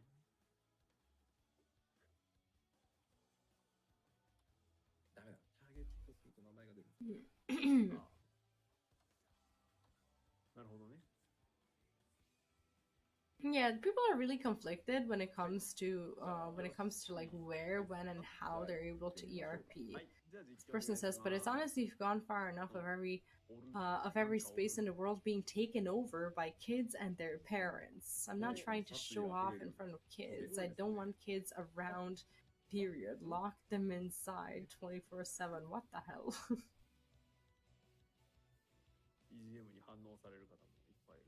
Like, this is something that would never happen, like in World of Warcraft. People being like, I don't know, people actually, I don't know, writing thank yous in chat. Thank you for your hard work. She just sent an FF14 theme. It's just nice to see that the community is so appreciative of this. Oh, this is the new Pandemonium boss.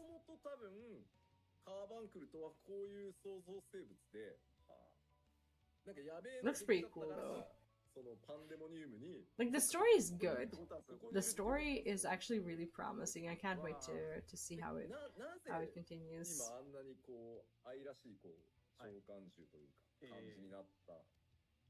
これね、よくほらコメントでも流れてるんですけど、山に捨てられたカーテンがこうなった逆ですよね。つって山に捨てられたのそんな昔の話じゃないんで。Wait, they called it a Carnbuckle? The final form? Proto Carnbuckle. Is that what it's supposed to represent? God, I hope not. The music's actually really nice. Can you guys hear it? You might not be able to because it's fairly quiet, even on their end, and I think it's I think my stream is I think I have them turned not all the way down, but I doubt you can actually hear the soundtrack. I don't want to turn it all the way up. Maybe we could, just so that you can hear it.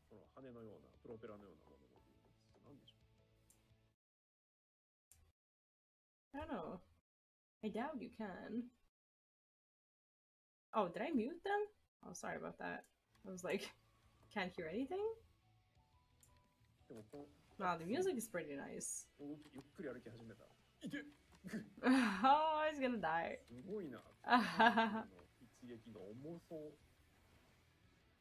Wouldn't it be fun though if they made like a little bit of a preview with more people inside of the raid and they showed like, I don't know, the first minute of the fight or whatever? I think that'd be pretty hype. He's just by himself.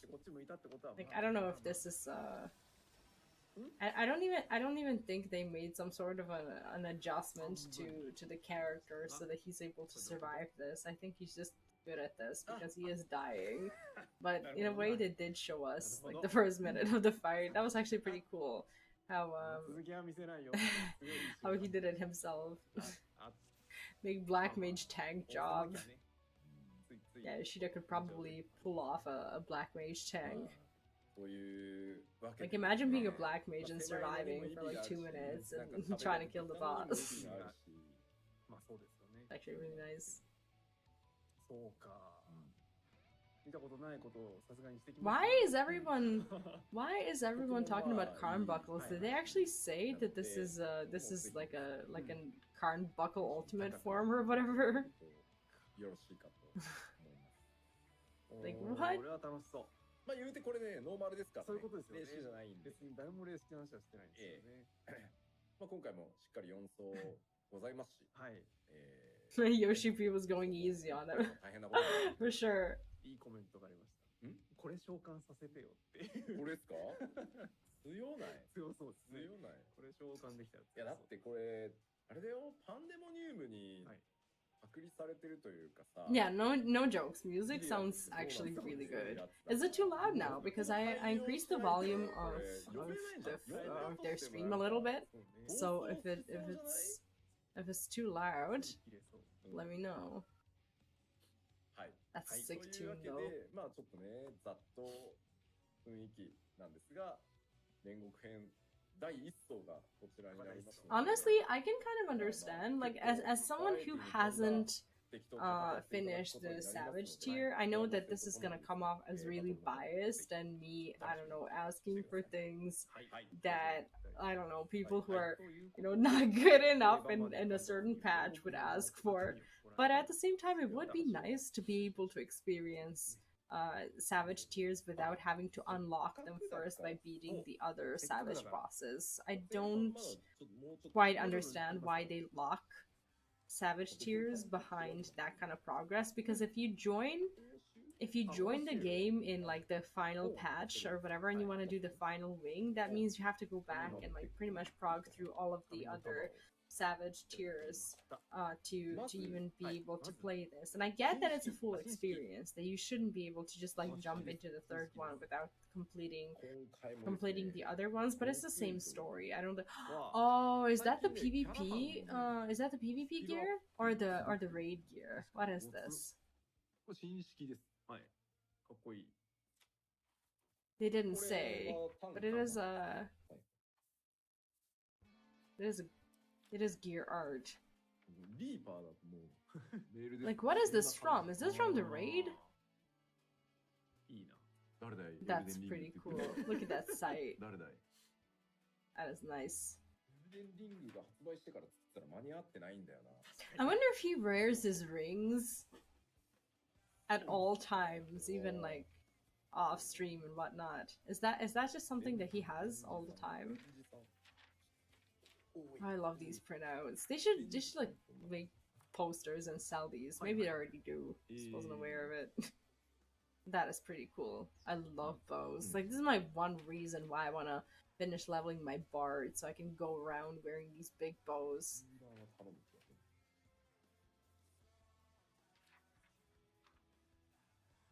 Oh my gosh.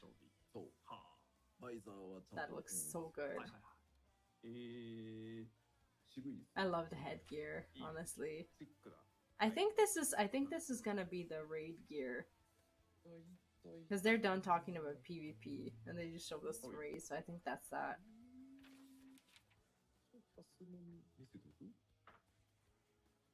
Oh god, Red Mage is cute. Is that Red Mage? No, that's not Red Mage. That's, what is this, Samurai? で、アラガン・トムソン。あ、トムソン。因果。因果。はい。因果装備。 Okay, that weapon is dope.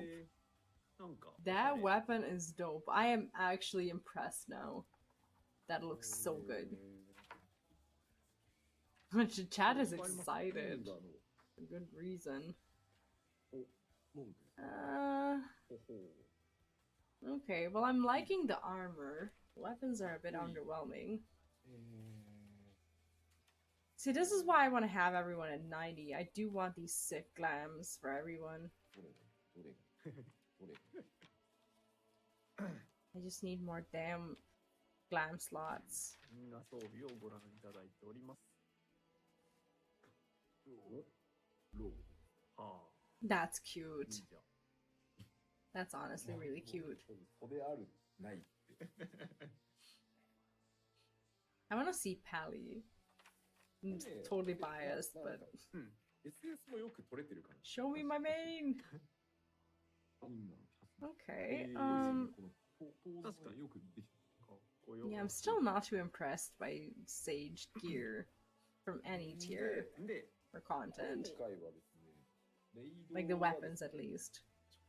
Sometimes they make healer あれね armor good, あ but なた好き I don't know. 現象これ I'm not too into it. What is this? 今回ねちょっとレイ Wait, ド this シ is リーズは Pally? これ初 What め is て this ちょっと from? 試み Is なん this です from け the ど raid? That's not from the raid, is it? That can't be from the raid. This is from. Is that the new? Is that the new ultimate gear? を作っていやいや、やば。みます I can't tell. I think this is the yeah, this is new ultimate. Oh my god, that is so sexy. That is so sexy. Look at Dark Knight. Or is this wait, are these relics or is this ultimate? What is this? もうどう動くか楽しみで仕方がない。 Oh, I wish I knew. これはもはや敵じゃん。 I would hope that these are relics. 何ボスかっていう話。あのね That is nice. すごこの装備をつけるとです Have you マスク seen がなんか Dark 燃え Knight? るっていうね 謎 It's の gorgeous. 確かにどうしてそうなったっていうところですけど、これはすごい。新しい試みもの I'm just going to sit here and hope that these are the relics because that is a lot more accessible than なんでまあ than ultimates. あのぜひいやこれはこれは。 But I'll have to check and make sure. What do you think? はい、ありがと Or う is there anyone who understands? また後半別の No, the chat is going wild in Oh, Japanese. The rest of us is just like sitting here. People are asking if that's PvP. そして Okay, someone needs to tell us where this is from. 煉獄編については、あと Swords お知らせ on も fire. あるんですよね。こちら The relic. があるんで This person says the relic is amazing. Are these はいはい relics? お願い That あ is そうだ so hot. はい。 The Abyss's Mythos exchange raid. Oh, are they talking about the tokens or raid gears? No, that can't possibly be the raid. 交換レートに関してのお知らせです Like you can't get those weapons from the raid. That's gotta be the relic. The number of copies of the Abyss's Mythos 2 required to gear equipped the heads, hands, and feet will decrease from 6 to 4. Okay, that's not bad. Exchange rate adjustments do not apply to previously implemented raids, including Asphodelos. Well, there was a lot of feedback regarding this. That makes sense. しんどかったんですよね、はいなのでもうちょっと4個にしましょう We go Dark Souls という again. ことでですね Love this. 各頭防具 The new extreme trial is Xenos. Oh gosh, do you guys think Xenos has overstayed his welcome already with like all the trials and dungeons? 保管しやすいのではな I いかな think so. ロット運がなかなかなくてですね断傷で行くしかないんだという場合にはですね People are loving this change for good reason. Like 6 was just a little too much. これはお得。はい。で、記載の通りですが、煉獄編より前の断傷とのレートが変わるわけではございませんので、はいご注意くださいと。よろしくお願いします。はい。 Honestly, I'm not sure. Like they showed the pictures of the relics, but I'm not sure where the armor sets are coming from. Is it going to be so that there's like relic armor as well apart from the relic gear, or is this armor from the raid? Because I'm not sure. We get to learn more about Omicrons as well. 整理してもよいかなはい、お願いします。これから見せるものがどっか行っちゃいそうですよね。これ This is a nice change. A 6-week time gauge for guaranteed drops is stupid for anyone not in a static. I somewhat agree with this. ご紹介。 It is a little too much.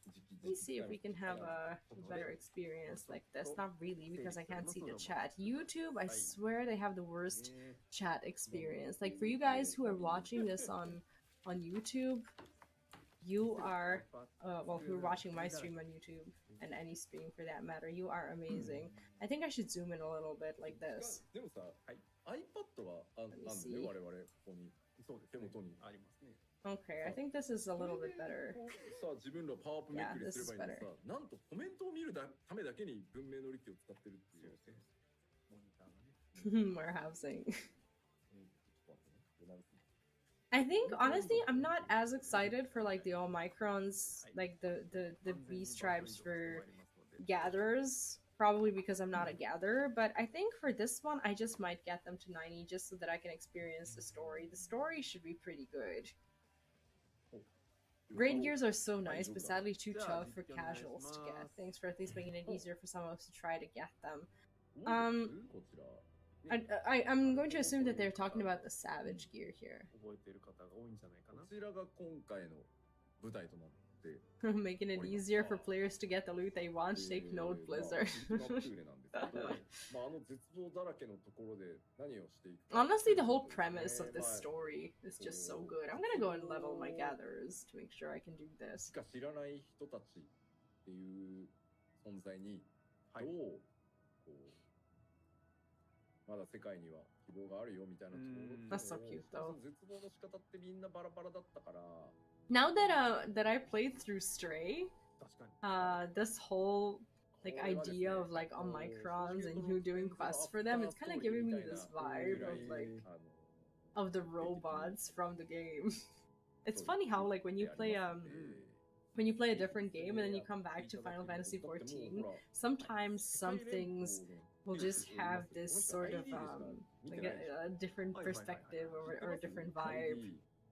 レムナントでこの NPC たちちゃんと ID で Omicrons are so テキ cute スト though. 拾えるじゃないですかここ拾えますね。あれね And honestly, I think that people are underestimating how influential the graphics update is going to be for the 二つに分 game. かれてしまったね I honestly think that with the graphics update alone, they are going to attract more people with any other feature that they could possibly implement, unless it was something like groundbreaking, like, I don't know, allowing PvP queues with friends, but I'm just biased. Honestly, I think Final Fantasy has so much good content that they don't really even need any more of the good features that would take months and months and months to develop. There's already plenty of good features. There's just, I don't know, so many people who haven't experienced it yet because they are thrown off maybe by the graphics or this whole thing that hasn't been updated yet. So I think the fact that they're updating the graphics is going to do so much for the game in long term. 暗いなっていうコメントがあってごめんねウルティマ2暗い Can I get a chai mocha frappuccino with 3 shots, extra foam caramel drizzle, and vanilla syrup? Like, I wonder if they actually have like a vendor with food. I wonder what the items that they sell would be. ここもね結構使うことになるんであんまりこう名前があれ Gonna AFK in that place a lot. Like you're the ああ、なるほどなるほど。覚えておいてくださいねこれちゃんと。 oh, okay, so it's the same soundtrack as the rest of the zone. 便利になります The tears are the secret spice for the drinks, right? このカフェにさラーラーが来て全員 No, honestly, this does look amazing. そうそうそう答えねどうなっていくかをですねぜひ I'm just like, whenever there's a continuation of something in the lore that you think was over and done with, or you didn't think about it, like how it's gonna develop further, it's just kind of cool for them to go back to it and just make a like a whole nother like quest chain and a lore. I don't know, just a huge like lore bit for you to consume that you didn't think you were gonna get, but you do get it. Oh, someone is translating.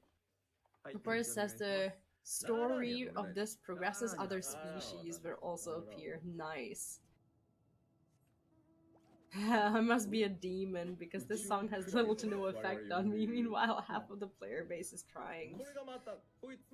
Honestly, I don't know. Like when I see and hear about people like feeling, I don't know, gate kept and like feeling like they haven't had the real experience of the game because they haven't experienced something in the same way. Is this a mount? What is this thing? Are we gonna be able to get that? How do you get this? That is adorable. Jesus, that is a mount. You get that through this quest chain? Yo, we are doing this. How do you get this mount? I am gonna go and level the shit out of my gatherers right now if this is what we get. That is cute. How do you get this? Eat that space jelly bean ASAP. Squish must be gained. Yes! I hope this is not some crazy ass low rate fate drop or whatever. なんかレベルチェッカーの中に入るのと Imagine 違 if う this 感 was 覚が if this was そう something you そう could buy after you leveled your beast tribe. That would be amazing. How do you get this そう mount? というわけで Some people say 星もね bizarre. ご用意して That is おりますし bizarre. お話も非常によくできてますので Dude, but I ぜひですね love it. 6.25プレイしていただければ Space jellyfish. はいということで以上 Wait, が does that mount えー have a 本日 mount の action? 日本族のご People 紹 are 介 asking for it. I don't know if they showed it. はいというと I was ころ paying で attention to 現 the 在 action. 時刻が Does it jiggle? 20分ですので You're a stapler suspended in gelatin. 前半戦はここまでとさせていただくのがいいかなと How do you get 思っておりますが this? 一旦大丈夫ですか How do you get this 大丈夫 mount? ですはい That's そ so れではここ amazing. から残りは後半の頃ですねはい休憩に入りたいと思います。うんの I で wonder if other races have a sit in it. 15分 Looks like ぐらい void fish from Adventure Zone. 21時35分ぐらいうんを目安に再開したいと思いますが、よろしくお願いいたします。で本日の Flying 休憩の jellies. お供ですけれども、うん今日は People are really excited about it. I don't blame them. I just want to know where that mount is あ from. の FF14 の Oh, they're gonna be taking a break. スターターガイドシリーズの動画ほうほうあとアニメ Resume in キャラクターで 15 minutes, I ス see. ターターガイドシリーズ動画というものがございますので、 It's like I grabbed my earphones and I'm like, I'm gonna listen to what they have to say, and then I'm like, oh shit, my brain still doesn't speak Japanese. Feels bad. 休憩15 Remove white mage, please. だから Oh, what else are we gonna hear 3 today? エピソードぐらいまでやると13分。 I want a medium minion, but not as a bird. Yeah, do you think they're ever gonna introduce like wind up medium in a game? It kind of makes me feel like it's gonna be like a long station minion rather than something that you can get in game. But はい、 that's just それ me. では、21時35分頃に再集合いたしましょう。はい休憩です。どうぞ。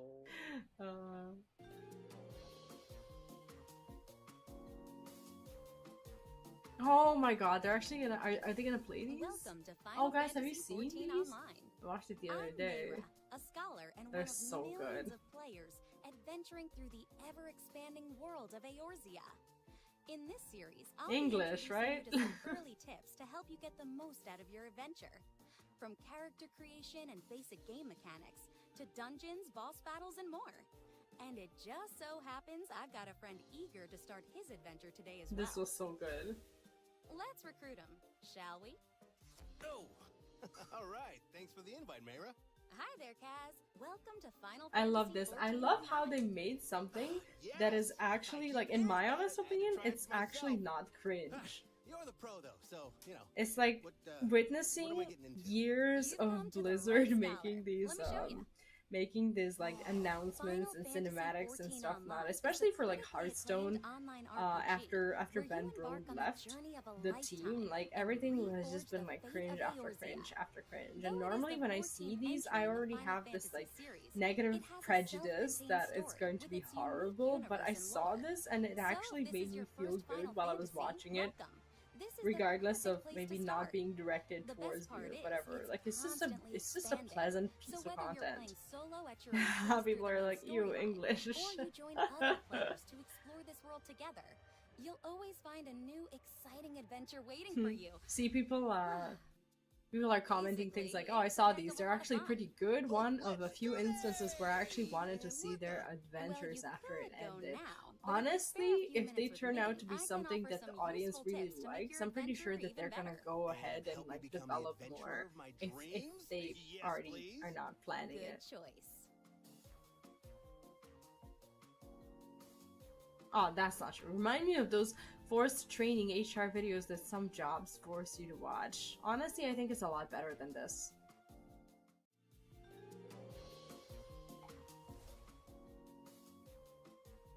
Okay. But I love how some people were like, Cheers. I don't even want to watch Okay, this huh? because this content is not directed towards me. And then they go and watch the live letter.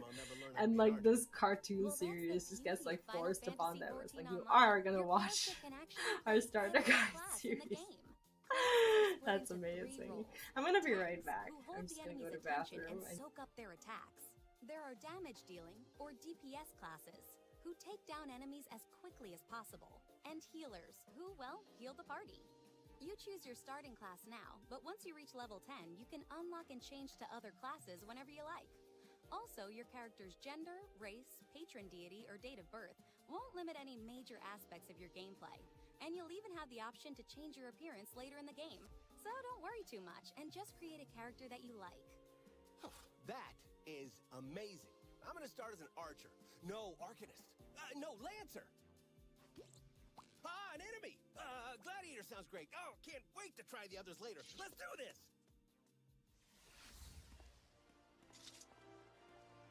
Yeah, no big deal. Got 12 XP. You can earn much more experience while enjoying the story. Let me show you how it's done. If you want to succeed, learn to read the map. Fewer random enemies, more main scenario quests, or MSQs. These are the quests you follow to experience the main story. By completing them, you'll earn some fantastic rewards and level up much faster. You'll also have the option to follow loads of side quests. These won't impact your main story, but they will help you explore the world and earn gil, experience, and other rewards. Oh, I'd love to check out my first MSQ. Great! Then let's get you to the Adventurers Guild. That's Momodi. See the meteor icon above her head? That's how you know you should talk to her for your MSQ objective, which will be updated in your main scenario guide as you progress, here on the upper left. Keep a lookout for those icons, as well as other quest types. And you can always access your journal to keep track of the quests you have accepted and completed. Right, MSQ. Earn great XP. Got it. Max level, here I come! The map. Oh, follow the map. That thing is pretty useful.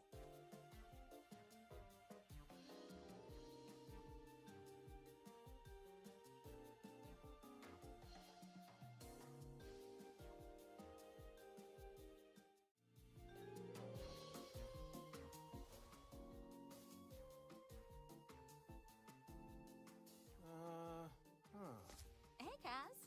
How are your main Alright, scenario we are quests coming back. along? I guess I'll turn them down a little bit. I'm not sure if it's too loud.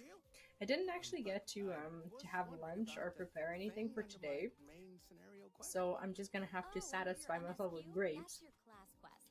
When you join a class Actually, guild, grapes you'll get special grapes are not that bad. I just didn't expect grapes to actually be cheap during this part of the year. They normally go a lot cheaper in the fall because that's when the season is.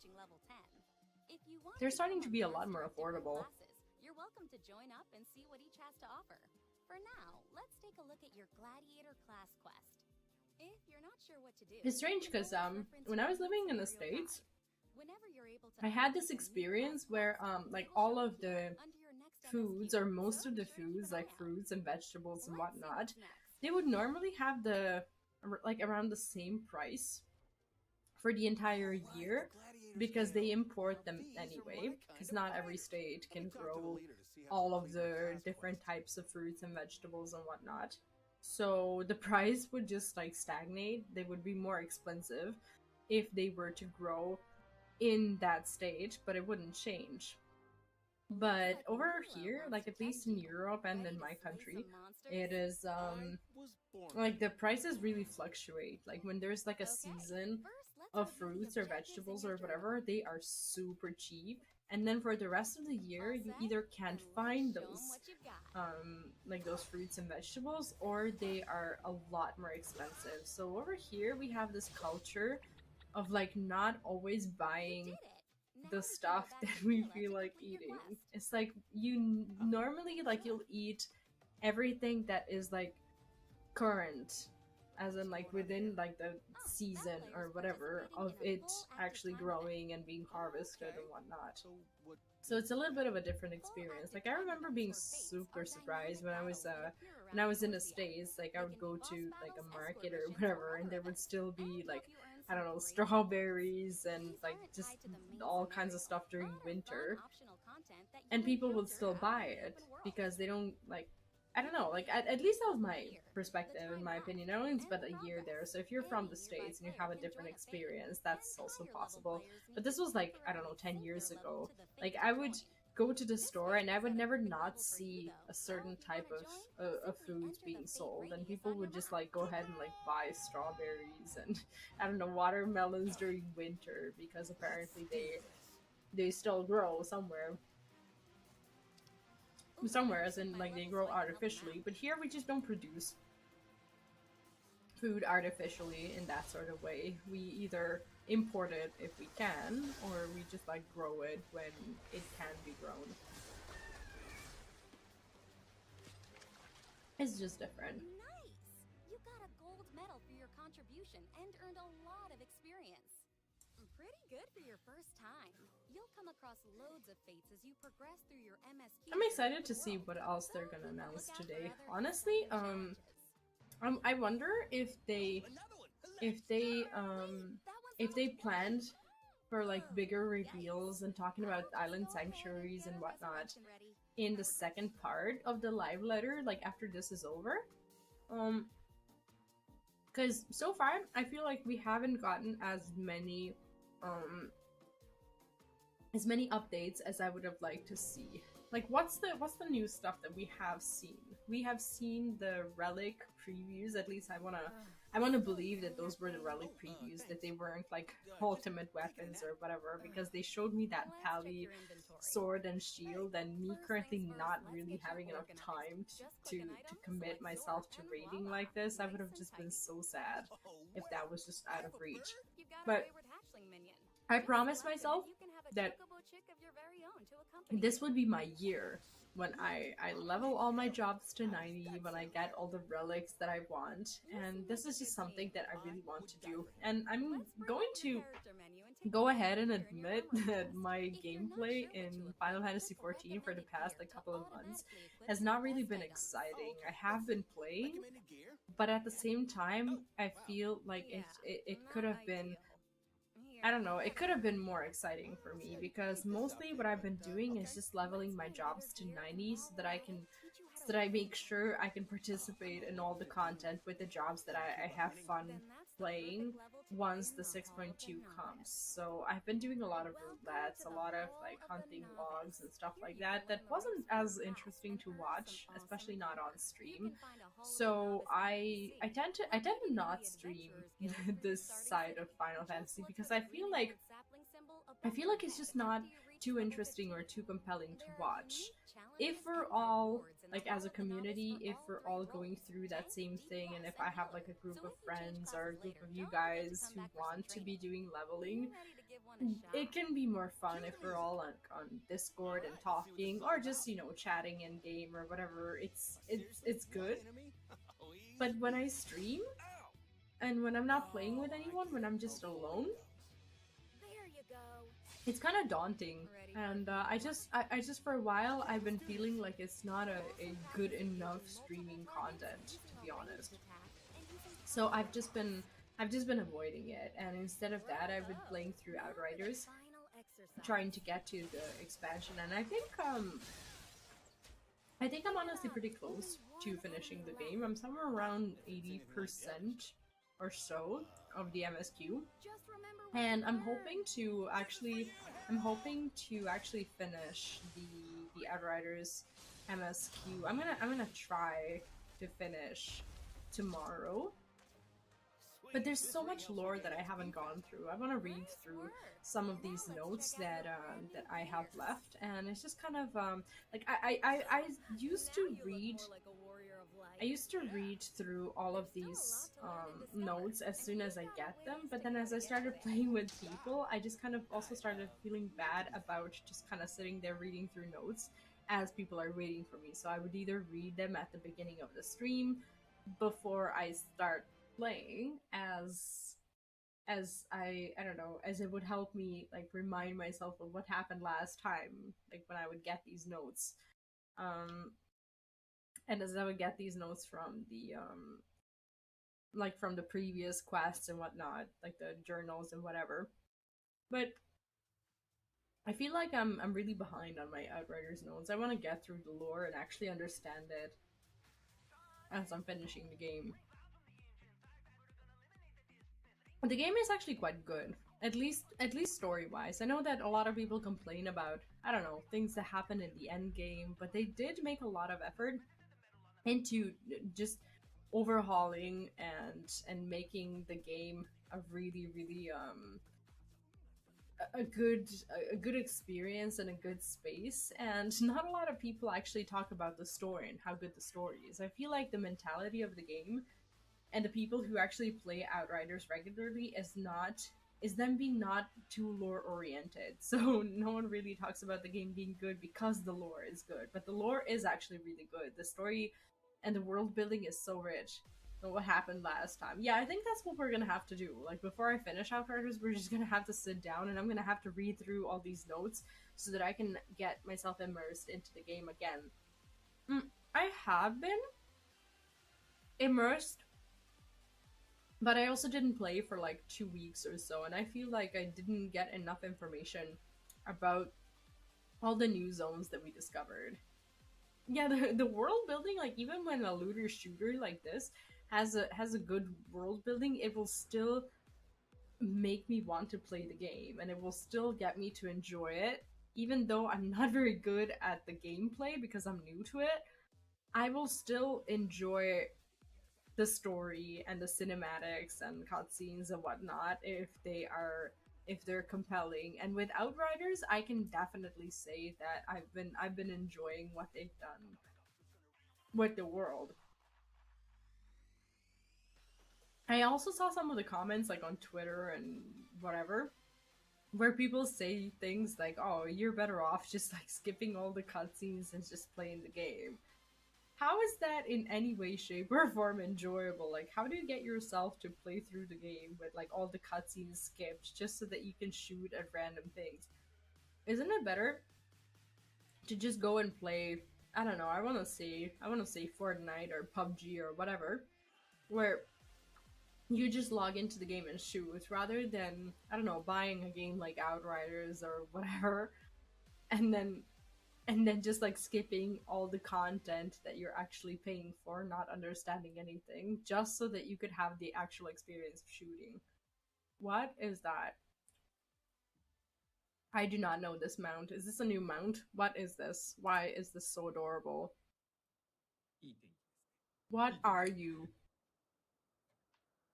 ご覧の放送は第72回 What is this? プロデューサーレターライブです。では This is new, right? I'm not wrong. 無人島開拓をさあ行こうかと思いますが。 Oh no, with WoW? はい。 I totally understand it. Cause like with WoW, like, as someone who's been following the WoW lore, I still don't understand. I still don't understand what the WoW is about. And I don't think anyone really does. Even people who have been playing the game. Like, the story at this point is just messed up. Is this the Island Sanctuary? Is this a mount? Is this something you can get from the sanctuaries? People say they're tameable. Oh no, that is a mount. That is an actual friggin' mount. Look at the size of the island. Take a look at how big this is. Dude, this is gorgeous. Look at this area. Holy shit. Holy shit, this is beautiful. This looks actually real. Like, this looks like a real friggin' beach. Mandragora under the character should be a mount, otherwise they are fed a Mandragora minion. No, that's definitely a mount. That is definitely obtainable. Holy shit, look at this. Beautiful. Wow. I actually am going to listen to this because I want to hear the soundtrack.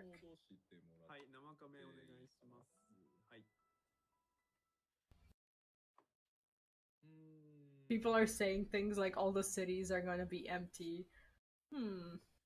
I don't know. People said that same thing with World of Warcraft when garrisons were introduced. Yet people still hung out in Stormwind and Orgrimmar, so I really kind of doubt it. ここへここへ。誰かに連れてこられます。 Look at it. Look at how it runs.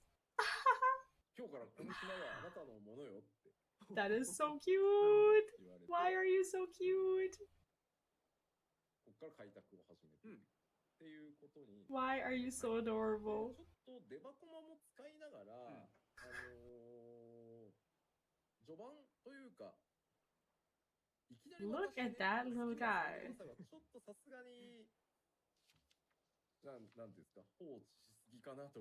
Ty Taylor, thank you, and welcome to the stream. How are you doing? なんだろう、できることが解放されていくところまではチュートリアルっぽく作ってある。 Honestly, I don't want to ever say that Island Sanctuary reminds me of Garrisons, because if it is like Garrisons, I don't want to play Island Sanctuary.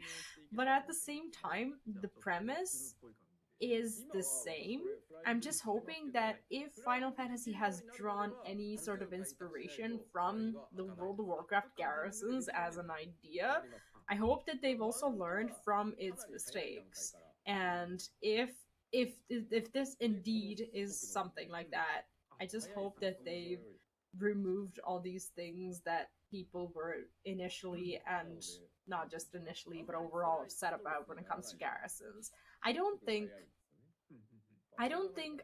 we should be like, I don't know, worried about, I don't know, how Island Sanctuaries might be similar to Garrisons. I'm sure that they made it so that Island Sanctuaries are perfectly fitting within what they want to do with the game, and I'm sure it's gonna be fine.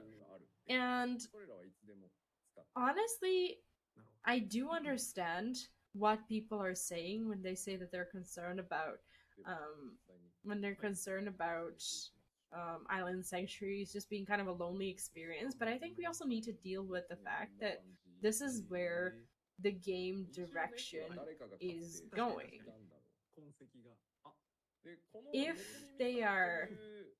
If they're moving towards the direction of the game being more optimized for solo players, then that's the direction that we're going in. Some people are going to hate this, some people are going to love it. And I'm just glad that you can indeed have other people share this experience with you. Like, other people will be able to visit your island sanctuaries. From that point of view, it's fine. I just don't know how many things you'll actually be able to do with your friends while they're visiting you, if you so choose.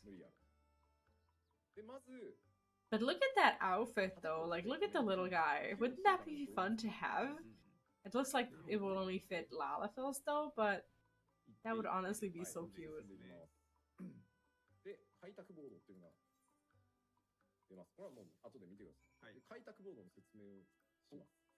The music is fun.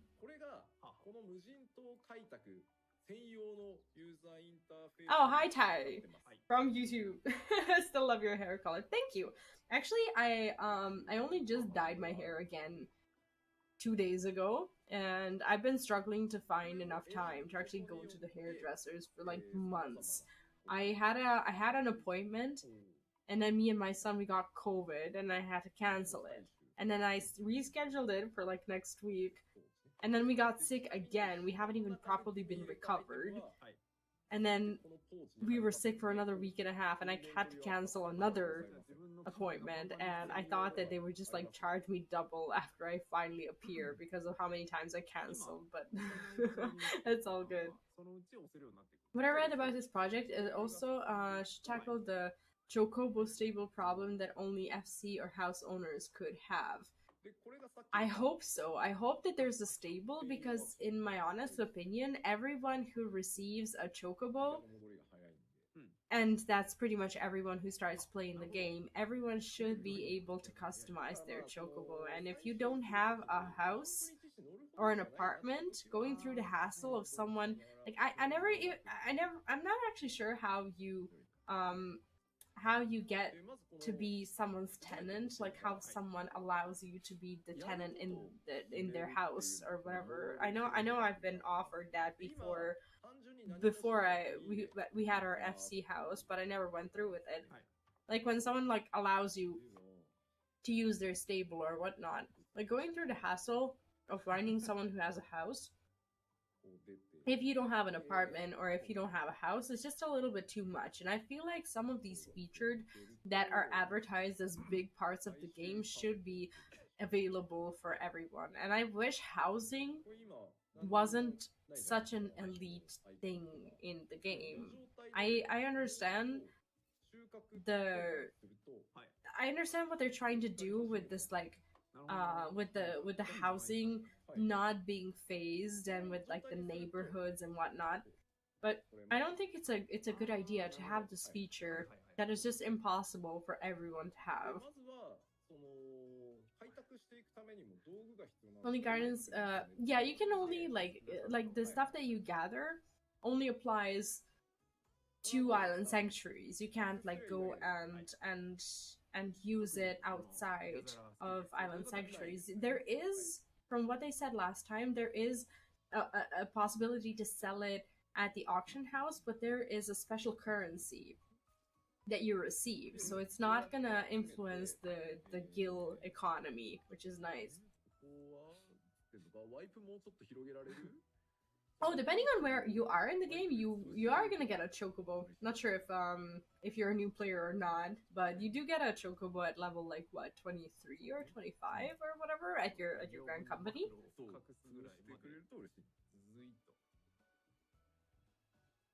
This is actually kind of a cool system.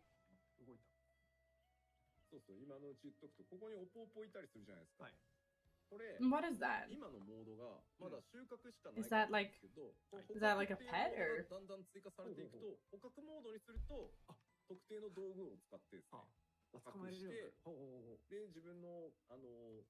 Yeah, I'm sure they worked hard on introducing a lot of these features that are currently available only to the house owners. And honestly, there's a lot of frustration from the new players who want to get themselves involved into a certain feature of the game, but then they start playing the game. What is that? Is that the jelly mount? Is that so small? Is that the thing that they showed earlier? The little guy. But it was zoomed in. That jellyfish is actually so tiny. Yeah, I think they're trying to make the island sanctuary as some sort of consolation prize for everyone who can't have the house.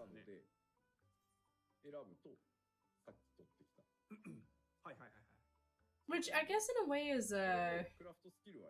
is a good thing. I don't think they're gonna fix the housing issues, because some people are still going to want to have the house, and they haven't really announced anything that sounds like more people will be able to get into housing or whatever. Lottery sounded like a really big deal, but I think people are still largely unhappy with how the lottery system works. It's just, I don't know, it's not a fun gameplay. I did want a house in Ishgard, but like to me it's just like participating in a lottery where I already see like 20 or 30 people submitting their gold to try and get the house. It's just not something I find interactive. Honestly, I enjoyed camping the house and like doing the PvP housing, savage, whatever, a lot more than the lottery system. Well, the demand will never hold up until they decide to make like phased housing and allow pretty much everyone, according to the numbers of the players on the certain servers, to have the house. But they want to keep this fantasy of neighborhoods alive, and I get that, but from what I've been talking to other people, people just don't use this neighborhood feature. No one spends that much time in front of their FC house. People are too busy queuing for dungeons or raiding or doing this or that. Like, people just don't sit around their house all day waiting for their neighbors to show up. It's such a weird thing. I guess they're gonna show us like how you actually build a house. I don't understand any of this stuff, but this looks like the beginning of that. Oh, from that point, I completely understand. As someone who is not in IT, I can only imagine what the numbers would be like and what the server overload would be like. I have no idea how they would pull it off. I don't know, is it better to not have housing at all than to only have housing available to like 1% of people who are consistently subscribed to the game? I mean, I guess having some housing is better than having no housing, but there's just so many people who want a house.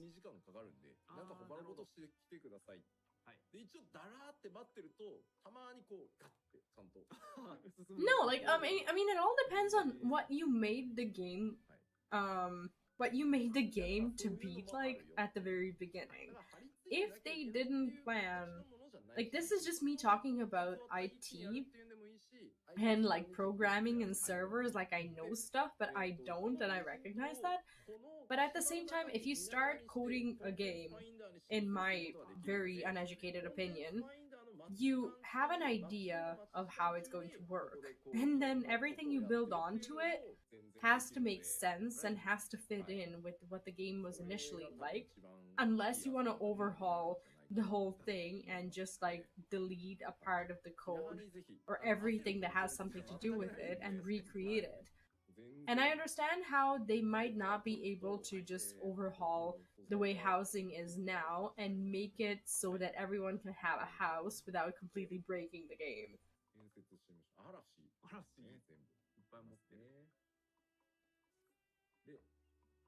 And I also don't know, like, I understand that that would probably be some sort of like a server overload or whatever. But I'm guessing that there are also technical issues right now because of COVID, because of them not being able to get to some hardware that they would need. That's so cute. I guess this is like the beginning of how you actually get to build your I don't want to say house because I don't know if this is gonna be like housing, but like let's call it base. Yeah, 5 spaces more doesn't sound much, but 5 more spaces for like every single person and every single inventory is probably a lot of space. And even the fact that they increased like the inventory space in the glamour dresser from like 400 to 800, I think that's a really big deal.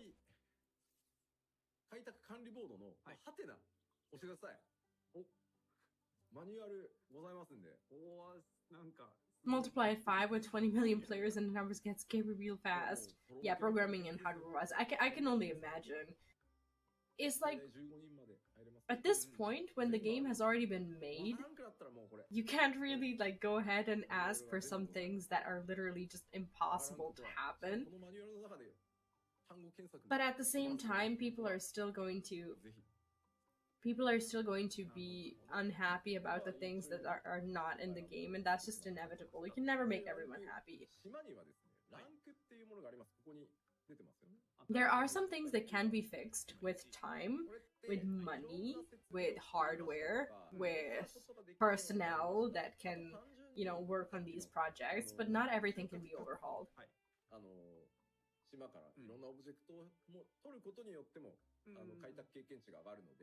Yeah, exactly. The servers will build with the physical space logic in mind housing wise, so if you scrap this, you can have a long coverage. Yeah, I get that. Like I said at the beginning, if you created something, if you had an idea of what a certain feature should be, it's very hard to go and scrap all of it. Especially with housing. Like, I wasn't there during 1.0, not even during like 2.0 or whatever. Like, when housing was introduced in the game, Correct me if I'm wrong, but I think the biggest problem with housing was farming the gil. And there were plenty of housing spaces, just not a lot of people who can afford it. So things happen. Like it was either, I don't know, the inflation of gil and houses still pretty much costing the same, or the unprecedented growth of the player base that they never accounted for, or whatever. It's like these things happened and these things were out of their control. And now suddenly housing is a problem because they have a lot more refugees coming in that they can accept in a, you know, if you put it into like a role play version of the situation, you have a lot of new player base wants to have a house, but they just have nowhere to go.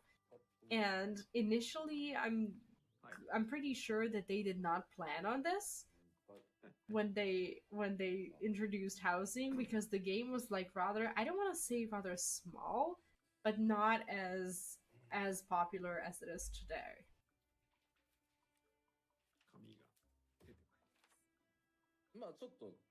My guild, I was the only crafter, and we managed to get a small house at the start because we had the goal to get it through our own powers. If you were a crafter, I'm going to assume that you were selling, like selling stuff, and that you got enough. Oh my god, is that glam? That is glam. Wait, are we gonna be able to get this through? Is this like the island related glam? That is so adorable. Look at that. We're gonna be farmers, all of us. Yo, that is cute. That is actually so freaking cute. Look at that. I love the backpack. The backpack is such a nice touch. Right?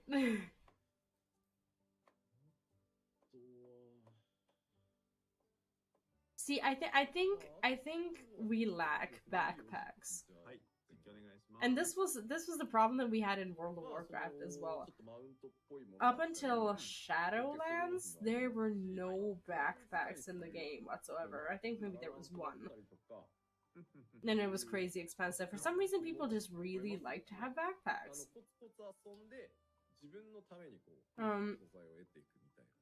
At the Korean housing started planning to expand the house since we gathered it. My top I had 60 million gil. That's crazy. Did you out of curiosity, did you buy like all of the most expensive mounts from the game, like those little carts and like everything that cost like from like 20 to 50 million gil, or are you not interested in that? I was bored, now declined. FC especially into some down to 26 million gil. That's still decent. No, I was just wondering if you were ever like interested in like spending money to collect items, or you just spend it in a different way. I wasn't talking about the mounts that you can craft. I was talking about those like the gil sync mounts, like the one that you can buy in Mordona for like 20 million gil or so. The ones that are sold by vendors. Like those are, you can't craft those mounts, can you? Look at them though, they are so cute. Oh, if you don't care about the mounts, then you'll just be rich forever. Unless you care about glam. But if you're a crafter and gatherer, I'm going to assume that you can get pretty much all of the glam that you want. So what do you even spend your money on?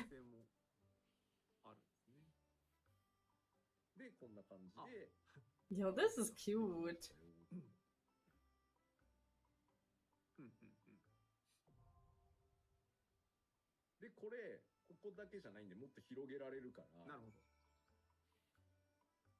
I tried to move the mouse. I thought my mouse was on the screen and I tried to move it, but like it's not moving, but it was theirs. I spend my gil on teleports. Yeah, fair enough.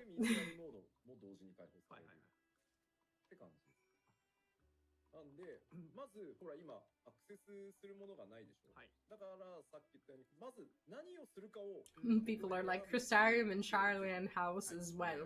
Dude, imagine Charland housing. 種をまきましょうので、種まきモード That would be so amazing. 出ますね、アクセスポイント。本当だ。で、かつ、どの種をまくのっていうので、はいここでアイテムをセットしてください。これ複数当然種があるんで、はいどの種をまきたいかをセットして、うんで、アクセスすると、もうまきます。 See, here's the thing. Harvestella is coming out, and I really want to play な Harvestella, るほど。 and I'm just like sitting here wondering if playing Harvestella is actually going to be worth it, considering they're putting in island sanctuaries. 管理を任せるみたいなのがあ I るんですよ。 understand that it's a different gameplay and that Harvestella is a standalone game with its own lore and everything that I want to experience, but at the same time, am I gonna have enough time to maintain all my farms? Yeah, 1k teleports to the place are nothing to you. Meanwhile, whenever I see a 1k teleport, I'm like, ooh, do I have my FC buff activated? I better go do that first. Like, I'm not poor. I'm sitting at around, like, I don't know, 4 million or whatever. But every time I have enough, I just buy one of those super expensive mounts. And then I'm back at 0 again. 見ていただいたように、はい水やりをすると、 Like the ones that you can get from vendors and stuff. I don't buy the crafting ones, hoping that one day I'll be able to craft it myself. But なんですけど、はい島に雨が降るとですね、水をあげた状態になります。 but yeah, people in chat do ask for like expansion of the housing wards. I don't think they honestly need an expansion. I just think they need an overhaul of the system of like how many そしたら収穫モードで wards 収穫モードが増える。 they have for the FC houses, because even with the adjustment that they made, I think there is still too many FC plots that are not just not being 長 used. くないので、なんかこまめにね、1時間おきにやらないとダメだとか、そういうこと Like we じゃ have ない an FC house, and that's my only house, and honestly, I'm very happy with it. But I doubt if the system stays the way it is, I doubt I'll ever have a house on my own. And it's just I don't know. It's a bit daunting. I do want my own space as well because I'm running out of room じゃあ for like trophies, achievements, and whatnot. 牧畜くん牧畜くんに声を But if I can't get it, I can't get it. 牧畜が解放。 And what can I do? Some people don't even have a house. I suppose I should be happy that I even have that one. But look at that mount. で手つきわかりやすいんです。牧畜くん That mount is adorable. はいはい。まずはじゃあ頼むよ。 And honestly, I love that this dialogue is in Japanese because I'm actually not getting myself spoiled. 開墾してくれる。 And Kugana is our FC house, so the teleport to that place is cheap. Yeah, fair enough. Same for us. わかんなくなるみたいなのよくあるんで、今回はもうわかりやすさです。 Kugane otherwise is super expensive. Or Shirogane. No, Kugane is what I meant. まだ広がりますけどね。 Reason why I don't wish to get a house for a moment, don't have the items crafted. Oh, so you just don't want to have it like basically sitting empty? I get that. No, I don't have crafters at the moment, so I'm just dealing with the fact that I would just have to either buy stuff or use the stuff that I got from like random drops or 数種あるんで、 like achievements and whatnot that are just sitting at retainers for me. その捕獲の道具を変えてみたいな。小さな動物はこれで網でいけるよって。でほら捕獲網って個数消費アイテムなんですよ。なのでなくなったら捕獲網を自分で。 But do you honestly think that, like, considering how much they're advertising the sanctuaries, do you honestly think that it's gonna be as big of a deal? Do you think that people will, like, people who play the game now, who have already had experience with housing or whatever, do you think that people will choose to spend time here and not doing something else, like raiding or leveling or whatever? Like, how big do you think this is going to be?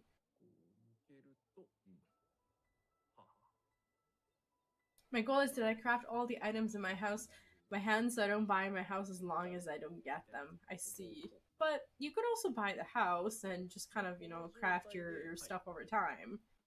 これ捕獲モード。 If that's what you want. But, like, if you just want to equip it straight away, I get that. はいはいはい。種と同じ要領で。はい。いいですか、ざっくりですから。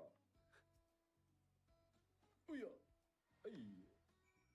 お、成功した。うん。 I love that mount.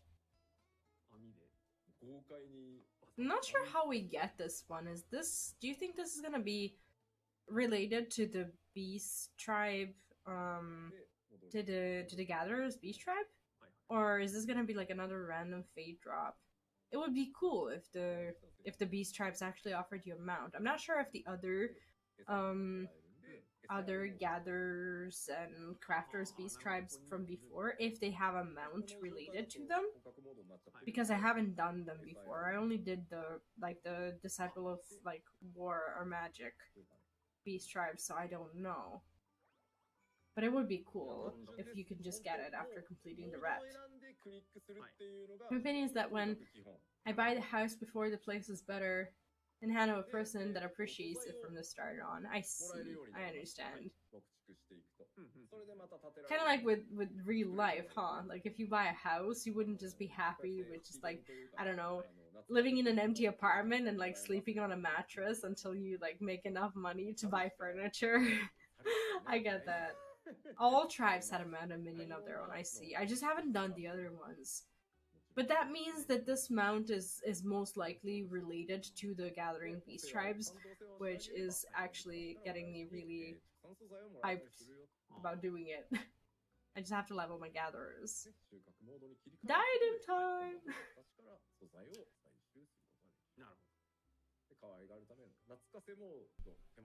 But look at them with little construction hats. I really hope we can get that as glam. That'd be amazing. で、こうさらにね、いろんなレシピをもらうので、これで、まあできる。 The big fluffy plant mount I sometimes fly with is a Mulgrave mount. Wait, which one are you talking about? Big fluffy plant mount. What is, where is that one from? Yeah, I've never kept a reputation for any of my, like, disciple of the hand or land beast tribes. That is something I am yet to do. 満腹度はいいですね。で、これですね。はい。ニックネームが変えられます。1匹ずつ変え The られます。 dandelion-like mount. なので、まあお好きな。 What's the dandelion mount? なんか最近 PLL が近づくにつれ、はい。The dandelion. I have no idea. I'm trying to recall it. I have no idea which one you're talking about. 来るの来ないのみたいな SNS 見ましたけど、ずっともの名前をつけてあげたらいいじゃないですか。なるほどなるほど。ここに。Oh wait, the chat is saying that there are like weather-locked animals, like similarly to how fishing works. That's one way to time gate your island sanctuary experience.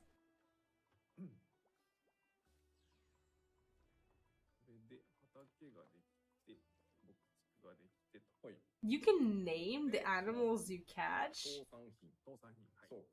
Is that true? Like, I'm just reading the chat. I'm just trying to make sense of this. Wish I could understand what they're saying.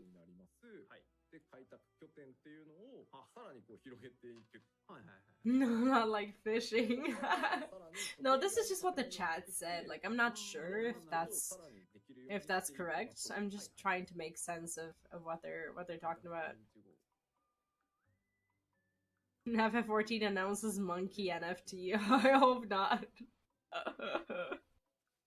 Players will disappear in here. Really looking forward to it. Do you think they really will? Do you think it's gonna be? Do you think it's gonna be that big of a deal? AFK area. Maybe if the music is good. Now this person is just like me. Don't understand anything, but it's cool to see the new features. Thanks. Dungeons will be longer queue times. Maybe not necessarily for DPS. Maybe this shortens the queue times because there's gonna be less DPS queuing. で、はいさらに土地を広げたかったらスクリップをなるほどくれると手伝ってくれるようになるように。はいはい。 Okay, they finally turned on the slow mode. I no longer get headache from reading the chat. 進めるための道具を作る工房を建てましょうって提案されるんですけど、はい。で開拓工房を建てるためには岩が今度結構素材 So people say there's some unofficial translations going on in the Balance Discord. It's basically Harvest Moon at the core of it. 収穫を Or less tanks or heals in the table because they're occupied with other plants. I'd like to think that tanks and healer mains are still going to feel like they're needed by the society and that they'll still queue regardless, which is a very cruel thing to say, especially as a tank main.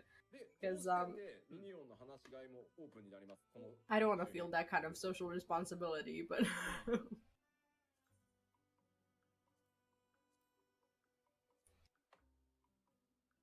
this person says, I thought we could choose where to put the house and stuff. It's okay though, still looks amazing. So that pretty much means that we're gonna have like one place where we can put our house and then I guess customize it in some way, shape, or form. できます。で、まあトータル40なんで40体。 But I wonder if this is like if this is going to work as like a separate duty in a way that Boja and Eureka are. Do you think that when you're in Island Sanctuaries you'll still be able to be queued for other duties? Like I don't understand like the interface, so I'm going to guess that this here that's a queue of some sort so that you can still be queued for duties while you're here. It's not like hindering you from doing that. You can just hang out in your island sanctuary, go into duty, come back here, go into duty, come back here, just like the way you would in real housing with no issues. まあこれをずっとこのまま説明してると日が暮れちゃうので、まあ大体基本は分かっていただいたと思います。このとにかく No, I was just making a joke. Obviously, if there's less DPS, there's gonna be less tanks and healers as well. するという流れを覚えてさえいただければ。14はね、基本的にオブジェクトアクセスしてから何をするかを決めるっていうのがまあ多いんですけど、今回はできるだけ使い込めば楽になるように。This person in chat says this looks fun, not over the top fun, but just nice, relaxing fun. I think it looks good. It's pretty decent. It's not like revolutionary, but it is chill, and chill is what they promised, chill is what they advertised. It looks pretty good and pretty decent to me.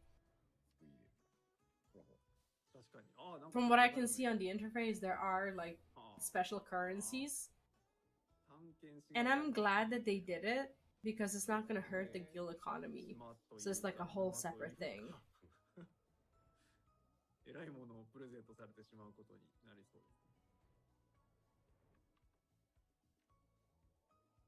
And the fact that you can have your minions roaming free is nice.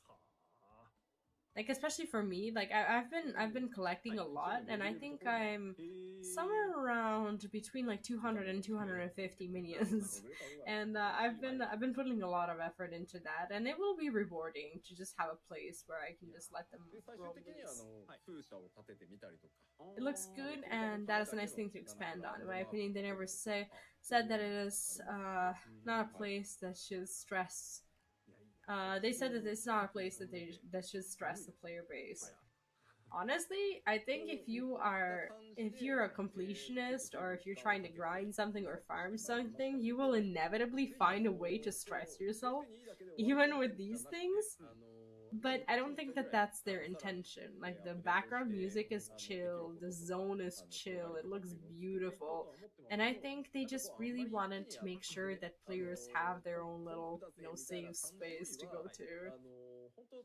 こうコンテンツファインダーのマッチングを待ってる、いわゆる先待ちしてる間とか、And yes, I have so many dies. 何 Bag for storage when you need it. I know. I know. 競争するようなコンテンツではないので、ぜひご自身のペースで途中で But I don't know how to play the game if I don't have my dies available. 全員がクリアするみたいなものじゃないと思ってるので。Some person in chat says if this happened before Endwalker, I'm sure there wouldn't be any warriors of light saving the world, right? はい。では締める前に前提条件はあれですね、60クリアが必要ですね。はいはい。そこだけメインして。That looks pretty good. I'm not disappointed. 設定上のことが60クリア後という。I wish they would show us more of the stuff that you can get from the sanctuaries. Like more cute glam and minions and mounts and whatnot, because they did say, oh, never mind, is this it? Oh, sanctuary activities. Okay, so you can gather, plant crops, care for animals. Like, I wonder what kind of like relationships with these animals will be. Are these just like tameable animals that you can like catch on your island and like put it in your farm or whatever? Landscape terrain, build facilities, sell handicrafts. So I'm going to guess that the facilities that you build is something that you something that is somewhat like WoW garrisons, that they're predetermined on certain locations. You just have to like get to the point where you're building them. Release minions, earn rewards, explore the wilds.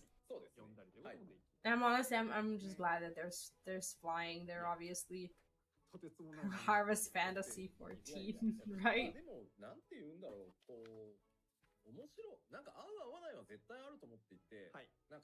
I would say when the Glam Dresser debate starts, the player doesn't need to hold on to 800 items, honestly.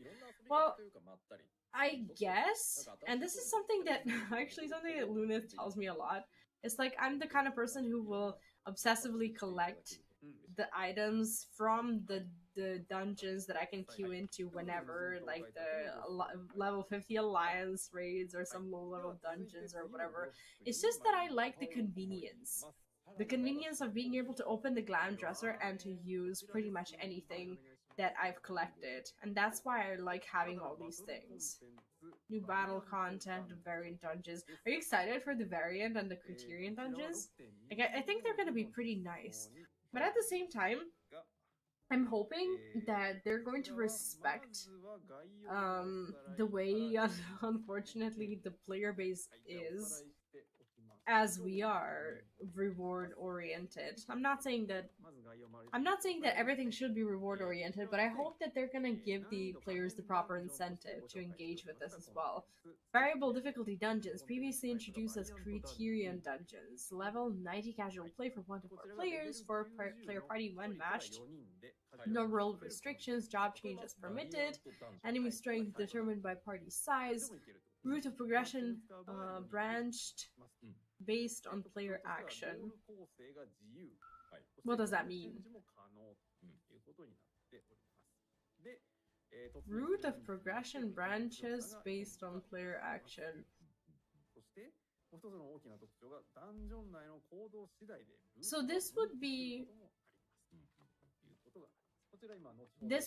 in comparison kind of like extreme dungeons, where the other ones, the Criterion dungeons, would be like the savage versions. Variant dungeon number 1 is the Sildin Subterrane. Explore the depths alongside a certain someone. Experience a different story depending on your chosen path. I hope you'll be able to like go back and explore all the stories though. Oh, okay. All stories may be enjoyed by multiple playthroughs. Okay.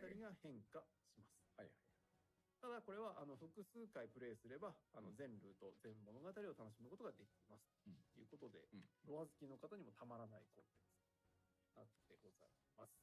これはね、実機じゃないとなかなか説明しづらい。People are like, is this Palace of the Dead but the dungeons? インスタンスダンジョンを思い浮かべるんですけど、That seems like enough. 実機に行く前にもうちょっとだけ、もう一つ特徴があります。You have to have completed the MSQ for 6.0 to gain access to Island Sanctuary. That makes sense.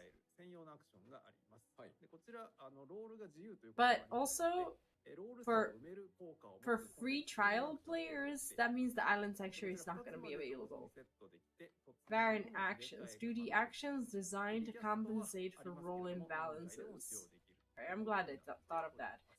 Access はい。 to a で、 time 今回ご紹介 with す the るのが ability そ to のバリアン change トダンジョンは何か mid っていう duty. 全 Actions 5 have 種類 recast お願 timers い with し no ま other す。 limits of usage. はい。 Nice. どう There's going to ぞ。 be 5 types of variant こちら actions. バリアントであ Variant るバリアン cure. トアルティメイ Okay. ト、バリアントレイズ、バリアントスピリットダーク、 Tank バ and リアントランパード DPS. という Oh, ことで okay, 効果 because がそ yeah, れぞれ because no はい heals. ちょっと Variant 効果 ultimatum. I です guess と this か is 範囲攻撃 I don't know what that というふうにな is. ってて、使用突入する Is that like like a limit break? 持ってないものを保管 Variant するための raise for tanks and アクション DPS. Okay. Variant spirit dart なので、まあ、 for tanks and DPS 4人 healers. でい I'm け not るって sure. なった Oh, it 時 says. は Oh, it says レイズ provokes. っ Oh, ていう never のが mind. There's an 一 explanation. 人 I didn't ラ even ン see パ it. ート持って Provokes 登場 nearby するっていう enemies. そう Okay. アルティメイ Variant トもつけと revives け one ば ally. ちゃんと役 Variant もでき spirit ます dart ってい damages う感 nearby じです enemies. Okay, so an AoE for a 結 tank 構 and パラメータ healer. ーもバリアン Variant トダンジョンに rampart 関して reduces は damage みんなタンク並みの received. ヒットポイント持つように調整されてた Okay, り for するの healer で and はい DPS. ソロでもちゃんと Okay, 戦 that's えるように decent. ソロ That's で actually DPS very や well るとちょっと balanced. 大変なんだよねみたいなことはないようになっ Makes て sense て because こ after れは大 Endwalker, 丈 the 夫 character カジ will ュアル need に a 戦え break. I る guess lore-wise it makes sense, but とい people are う still はい gonna, well, some people are バ gonna リアントダ still ンジョ be ンの maybe 概 somewhat 要に unhappy おさ about らい it. でございまして、はいでここから吉田さんに実機でいろいろご紹介いただきたいと思います。 Okay. もう切り替えて OK でしょうか。大丈夫ですはい、じゃあ実機お願いします。まずまずぜひ覚えていただきたいのが、はい、このバリアントダンジョンと、まあ、この後さらに説明する This person says, "Whole Final Fantasy XIV will get rid of the month sub when the Riot MMO comes out free. They will have competition. I'm okay paying for an expansion, but $14 every month plus expansions, I don't know." Like, no one's ever like games that are based on a sub like system. They're not gonna get rid of a sub because of competition. People who want to play the game will still play the game. It is their way of doing things. I've been asked the older player, where do you think this thing should unlock? All of ones answered, players should quit because of option overflows. Argument of pay to play is bad. I mean, I don't know. Like, World of Warcraft has had the same system for many, many years, and people still have been, paying for it, regardless of the fact that there's other games out there. If you want to play the game, you're gonna play the game. But they're not suddenly gonna, I don't know, it's not suddenly gonna be free. First of all, it is Square Enix we're talking about. They're not gonna lose millions and millions of dollars a month or whatever because of competition. The competition is not gonna have them like, the competition is not gonna be the reason for them making less money. If they get rid of the sub, they will just have no money.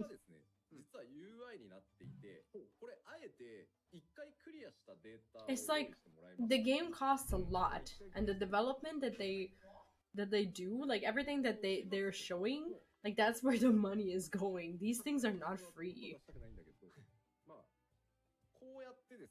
And honestly, $14 a month is what you would spend, I don't know, going out to eat in a fast food restaurant or whatever. Like, if you are struggling to afford $14 a month that will provide you 30 days of entertainment whenever you want to, if that's too much for you. Like, I'm not trying to come off as rude or be an elitist or whatever. Like, I am just a normal person who has normal struggles, just like we all do. But I think that if people are angry at the fact that they need to pay $15 a month to keep the servers alive, honestly, I think people need to just, work on getting their shit in order before paying for a game on a monthly basis. Obviously, if you don't have your shit in order, you're not going to want to pay for a game that is subscription based. You can play plenty of other free to play games until you get more stable so that you can afford it. And I'm saying this as someone who lives in a country where $14 can afford you, I don't know, half a week's worth of groceries, probably, to a week, if you're good at management.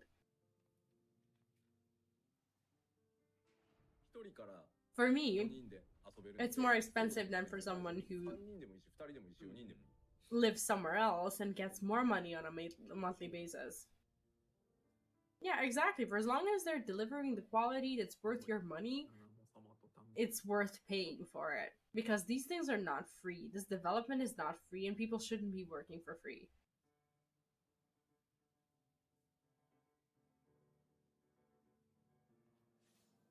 And honestly, if you want to play for free, you can play through the entirety of Heaven's Word and to Realm Reborn. Do you know how much content there is? Like, you could spend like a couple of years playing through the entire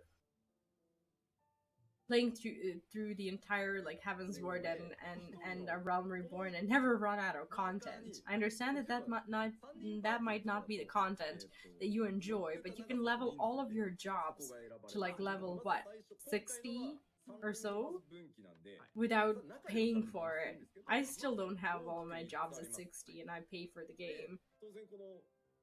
I just think that if you really want to play the game, at some point you're going to invest into paying for the monthly sub before you've completed all of the Realm Reborn and Heaven's Ward content, if you so choose. And that's just the way people do things. I doubt that there's a lot of people who just play the game for free until they've completed everything. You want to see the end game. If you like the game. If you don't like the game, then I'm going to guess that you're not going to be playing through the Heaven's Ward and Realm Reborn. Because that, honestly, like, okay, Heaven's Ward is fine, but those two expansions would be, in comparison to, like, Endwalker and Shadowbringers, they would be the less good content of the game. You want to get to the better content, so if you like the game, I guess at some point you'll just invest into it.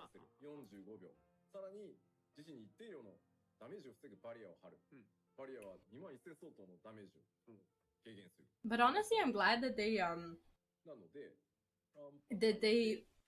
gave us these actions. They do have a cooldown, but from what I can see here, it's not like a massive cooldown. This is like a 30-second cooldown for each ability. Or not for each ability, they have different cooldowns. This is like the cure, I guess? Or no, this is just a refreshment. Never mind, he never even used it. So I'm going to guess that the cooldown for both would be like, what? 30 seconds? Pay to yeah, argument that I found often is pay to pay is a thing of the past. Well, you can say that, but then you have to also realize that money is not the thing of the past, and paying for servers is not the thing of the past. You still have to, you still have to be able to do that in order to continue providing the service. So I don't know. Honestly, I'm baffled that they even have this whole experience offered where you can play for free until Heaven's Ward, because the players who don't pay for the game, they still occupy the server space. And other people who pay for the subscription, they are paying for everyone to have those servers up and running. So I don't see where the problem is. Like, the money has to come from somewhere. And you can't guarantee that if you cancel a sub as a service, you can't possibly guarantee that people will like buy so many skins and mounts and glam and minions or whatever to make up for that. At the end of the day, you're gonna have a less quality game because there's less money.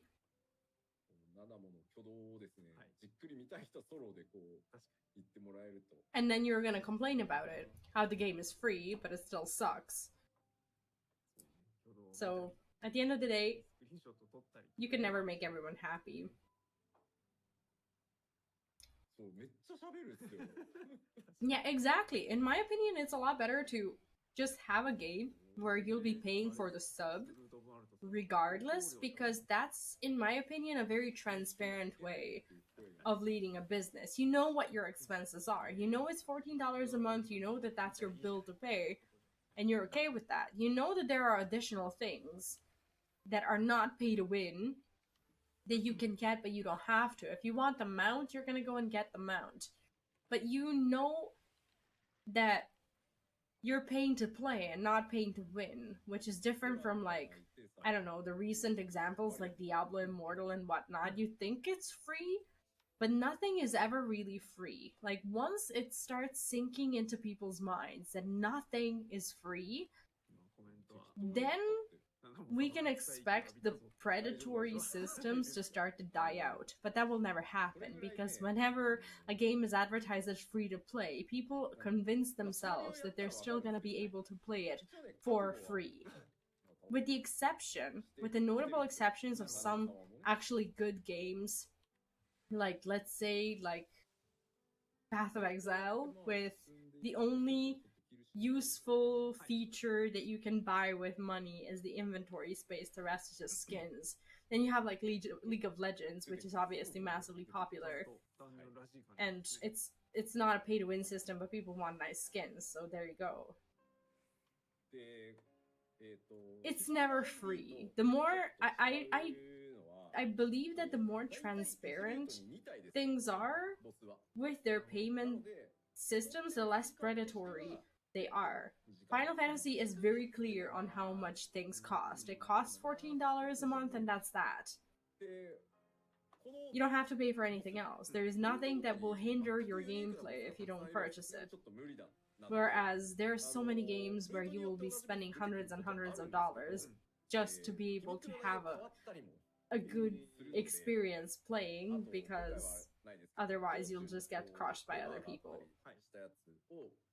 倒して進むのか、そのままにして進むのかによっても展開変わったりしますんで、なんでまあちょいちょいこうやっていろいろ違いをね。Honestly, this is looking pretty cool. いいなと思っております。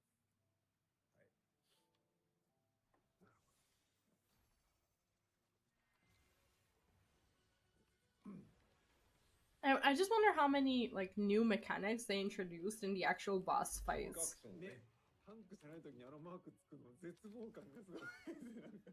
Because with each expansion, we get something new, and I wonder if they expanded on that through like Criterion and variant dungeons, or everything is just pretty much AoE, move away. AoE, move away.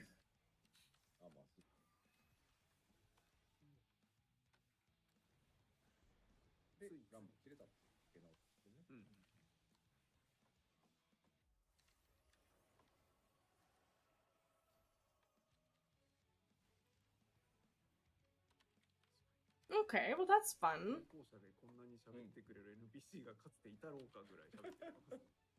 Reminds me a little bit of the Endsinger Extreme with like the donut AoEs.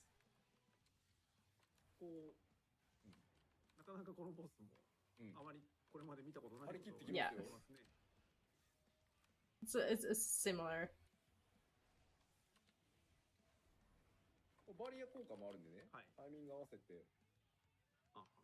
And this person in the chat says, personally, I like the subsystem that's filtering trolls and kids out mostly.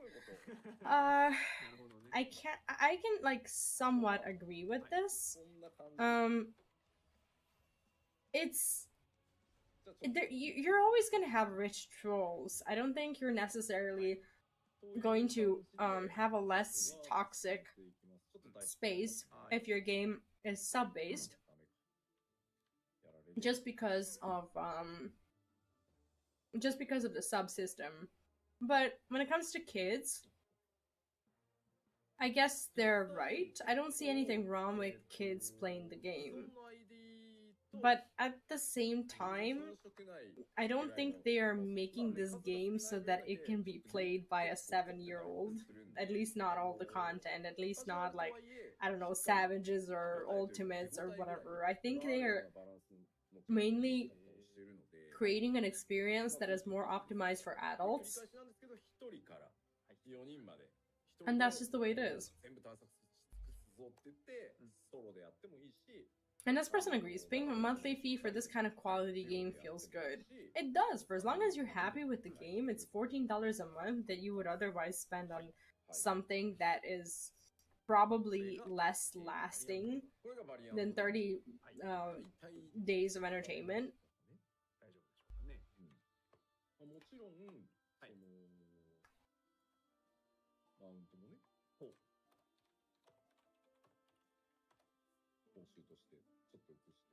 はい、実況お願いします。 And this person has a good point. He says, dying MMOs go free to play and survive as best as they can on the cash shop or just die out for good. That is facts. Also, any new free to play MMO dies out pretty fast these days. Oh my god, that is the most adorable mount ever. That is so cute. Look at that. Look at that. That is so cute. Do you get that through the dungeons? My god. How do you not pay $14 a month when you have the opportunity to get that? Oh my god, I just hope that's not a store mount. They wouldn't go and advertise a store mount like this, would they?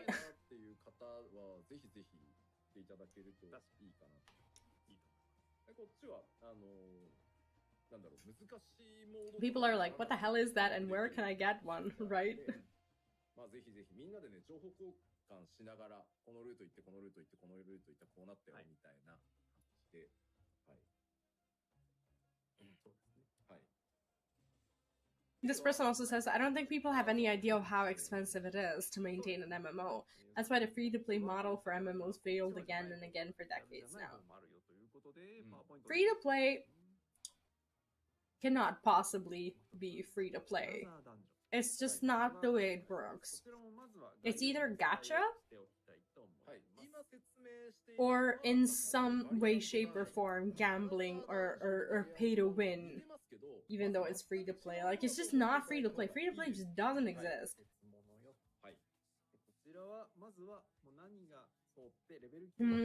Okay, Criterion Dungeons, level 90 high difficulty challenge for 4-player parties. Parties must comprise of 1 tank, 1 healer, and 2 DPS. Okay? Visually similar to Variant Dungeons, but overall structure and enemy strength are entirely different, route is predetermined, and no NPCs accompany you.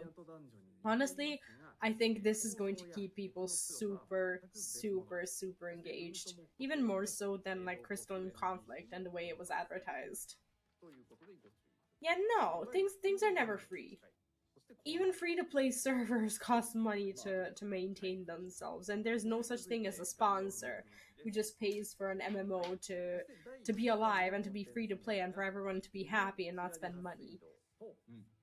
Criterion Dungeon number 1, another still in Subterranean and another still in Subterranean Savage. Okay.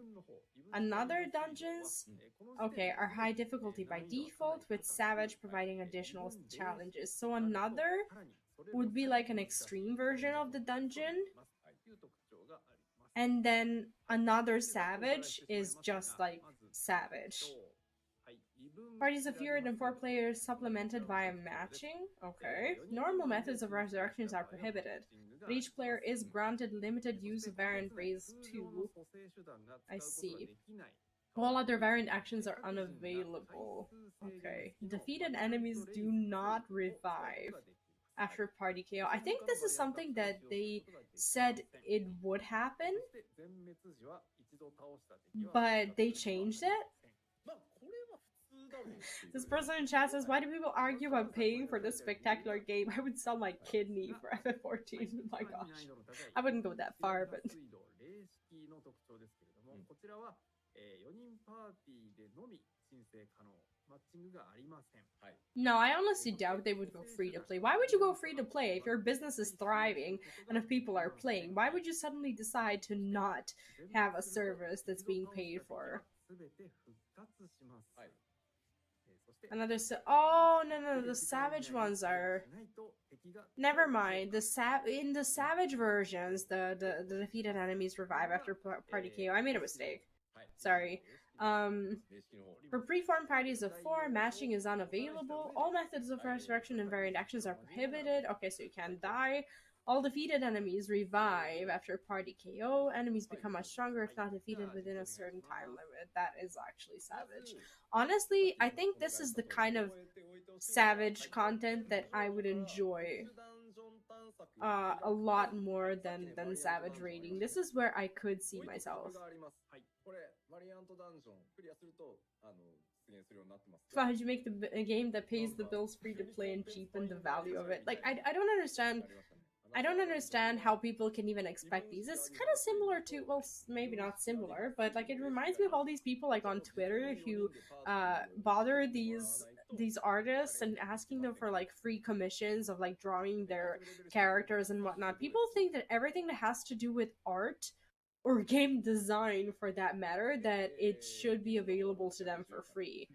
It's like, I don't know, people just live under this crazy idea and impression that entertainment should be free, as if you don't have humans on the other side creating this entertainment and providing value to you. Like, I just don't understand where this attitude is coming from. But I get that, like, if you can get something for free, you're gonna get it for free, and that's fine. But like with the games, like, no. Yeah, artists will more often than not underestimate themselves and undersell themselves when it comes to the quality of work that they do. And you will still have people asking them to do free work because it's just art, right? But then COVID happened, and like quarantine happened or whatever, and then people suddenly realized how much value they are receiving from the actual from the what was I gonna say, from entertainment. Like, people instantly started like watching, I don't know, Netflix a lot more. They started, I don't know, enjoying all forms of entertainment like it's, I don't know, it was just a different experience. It's like you expect entertainment to be free, but you also expect it to be available at all times. It's still work. Okay, I'm gonna have to go to the bathroom and I'll be back. I am going to have to, if the stream happens to not end within like 15 minutes or so, I am going to have to end the stream early.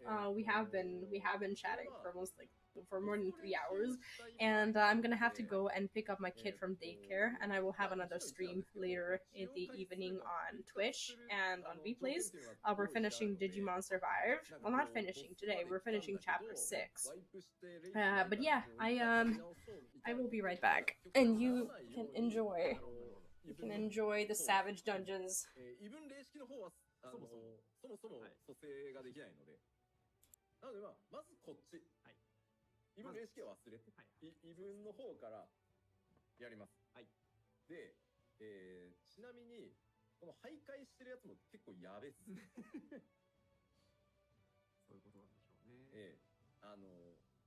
なんか左右反面攻撃してきたりとか、あと無視はできないですね。無視はできないです。全滅させないとボスが湧かないので、で、まあ引っ張る順番もちょっと考えないと、この反面とこの PBA 両方来たらアウトじゃんみたいなのもあるんで、まあちょっとザコもちょっと倒す順番は、考える必要がちょっとあるかな。緊張感のある場所ですと。まあ、あんまりやりたかないけど、Yeah, see, that's the thing about artists. Artists, like, it's very hard to also, like, when you're starting out with art, it's very hard to get rid of the guilt, as funny as that sounds, of guilt over selling your products for real money. Because we live in this society where we are taught that for some reason that art and entertainment, even though it provides a necessary distraction for all of us, we live under this impression that so many things should be free, and whenever we can get things for free, normally we get things for free. And living under this prejudice, like once you become an artist, it just makes you feel guilty for like even attempting to get money for your art, because the society just believes that, I don't know, everyone should have access to entertainment, and that you only need to pay so much for entertainment to just, you know, keep it alive at a bare minimum. It's just this weird idea. It's like, I remember when I started streaming and like doing content, honestly, I cringe at like that early footage of whenever I would, I don't know, receive anything through my stream or whatever for like the first time. I was like, when I started streaming, I was very poor. I was a poor student. I had no money whatsoever, and the money that I would receive from someone who, let's say, lives in, I don't know, a more developed country or whatever, where their money would be worth a lot less to them than what it is to me. Like, I remember even thanking people a lot more than I should for that, and I cringe a little bit because it, like, now that I look at that footage, I'm not saying I shouldn't say thank you. I always do say thank you, but I remember how sad like these first few times were for me. Like how sad I feel when I look at myself reacting to these first few times, how I overreacted when it happened. It just made me feel sad, because I realized that I spent my life living under the impression that what I do is not it's not that it's not good enough, but it does that it holds less value than what I was being paid for or whatever. And it was just, and I back then I didn't understand the concept of time being money, and the fact that I invested time into something is making it okay for that person to help me, I don't know, sustain my content or whatever. And it was just something so foreign to me that, like, I actually deserve that as an artist or a content creator or whatever. And so many people who create art, regardless of whether it's the emotes or banners or overlays or whatever, it takes time as an artist to develop the feeling of self-worth, because the society just teaches you that you are not worth it as you're starting out. And that's just very sad, really, because I think it also comes from not just the society in general, but also from what we learn at home, because we live in this generation where we are raised by, I'm pretty sure a lot of us were raised by, you know, parents and families who don't hold as much value to art, because they've been through, I don't know, some hard times or through wars or whatever, and paying for art just wasn't that high on the priority list. Like, I as a kid was never taught to I don't know, to buy art to support someone, or to, you know, to see artists as people who are valuable. And that's all well and good until you decide to become one. And then you realize that other people are raised in the same way. And we are the generation of people who's actually fighting against that. Like Twitch as a service or whatever is fighting against that, because it provides people with the opportunity to actually invest into content creators that they like, even though they could be getting content for free, and that's totally fine. Everyone who's on Twitch agrees and has the mindset of possibly never making a single dollar out of Twitch, because people are not obliged to invest into your content. And all of us are fine with that. Like, we wouldn't be on Twitch if we weren't fine with that, because that's just the way things are. And everyone who doesn't understand that needs to sit down and reevaluate their approach to their content. You don't get into Twitch thinking you're gonna get rich off of it. You do this because you're passionate about it. But also, I just wish that so many people would see their value and the worth of their content for what it really is, because there's so many talented people who just don't understand how valuable they are. And then when people lose everything else except from, I don't know, except for entertainment, like they did in, like, during quarantine or whatever, they're like, ooh, entertainment is actually a crucial part of our lives. Also, Benoit Caminade, I'm sorry for butchering your name. I hope I'm saying it at least somewhat right. Welcome to the channel. I hope you're having an amazing day. Today has been pretty good. It's been quite of a long stream. I didn't honestly expect the live letter to last this long. I guess they do have a lot of stuff to show to us. And honestly, I'm a little bummed that I'm not gonna be able to see the entire stream unless they end it soon, because I'm gonna have to go and pick up my child from daycare. But I think we pretty much saw everything. I don't know what else they want to show to us. And Yoshi P has taken off his glasses, and this is something that I do when I finish my streams, so I'm going to guess that they will be ending soon as well. But my overall impression of, like, everything that they've shown to us is that they put in a massive amount of work. And even though they pushed the patch cycles like away by 1 month, we have like 1 month longer to wait for new content. I think it was for a very good reason, because they're able to just create so much and give us so much content that we can enjoy for that one additional month. And I think we only had this one patch, the 6.1 patch, where we kind of felt that drought, and hopefully, like, everything that they've created for the 6.2 is just going to continue to keep us engaged. And I honestly believe that. I think this is just a huge amount of things. What is this? Are these the new housing items, or is this for the Aling Sanctuary? This could be a housing item. That is a cool bed. These are new housing items indeed. That is so cute. Oh my gosh.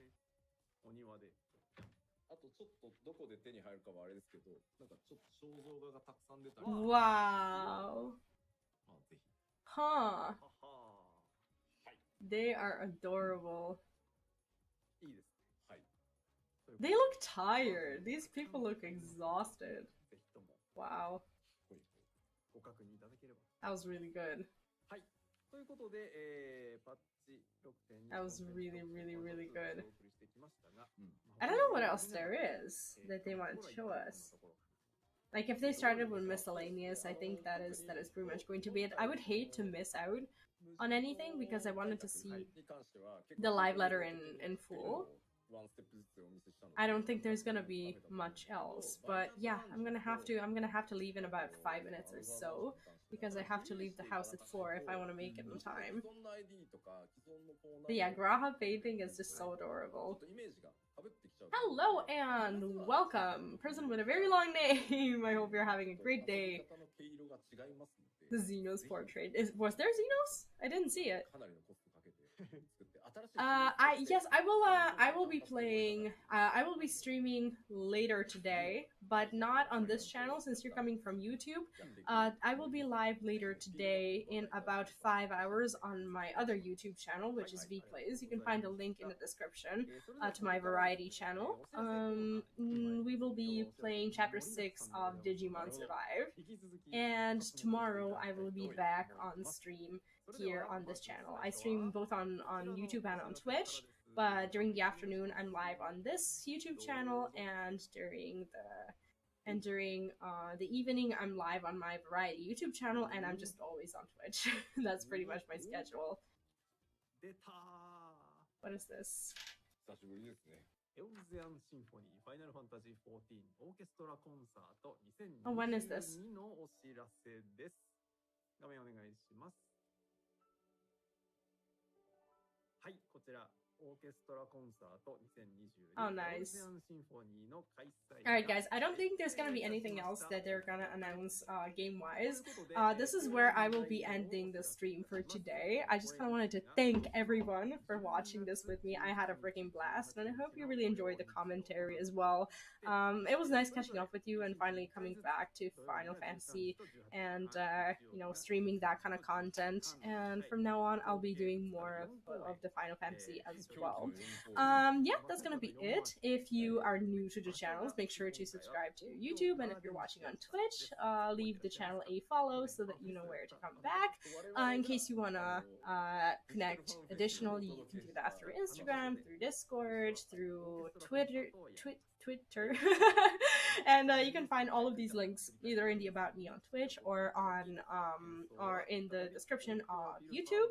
And yeah, if you happen to be watching on YouTube, make sure to leave a video a like. That really helps the algorithm, gets more people into the community. Tara, hello, long time no see. Thank you so much for dropping by. Oh my god, I wish we had more time to catch up, but I am gonna have to go. I have to pick up my kid from daycare. I hope to see you again soon. I hope you've been well.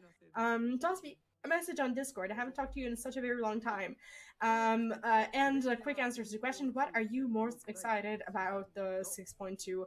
Definitely dungeons. Definitely Criterion and variant dungeons. I've been craving smaller group dungeon content that I will enjoy. I'm excited for that, and I am hyped about the relics. Regardless of how we get the relics, I want to make sure I get that shiny sword. I just absolutely have to have it. What are you most excited about? If I don't have to read the comment, please leave it in the comments of this video, because I have to hurry so that I don't leave my child in school for longer than he has to be there.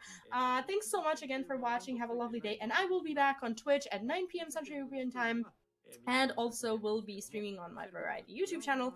VPlays will be finishing Chapter 6 Digimon, so make sure to drop by if that's something you are interested in, and I'll see you later. Have fun, have a great day, goodbye, take care, and bye-bye.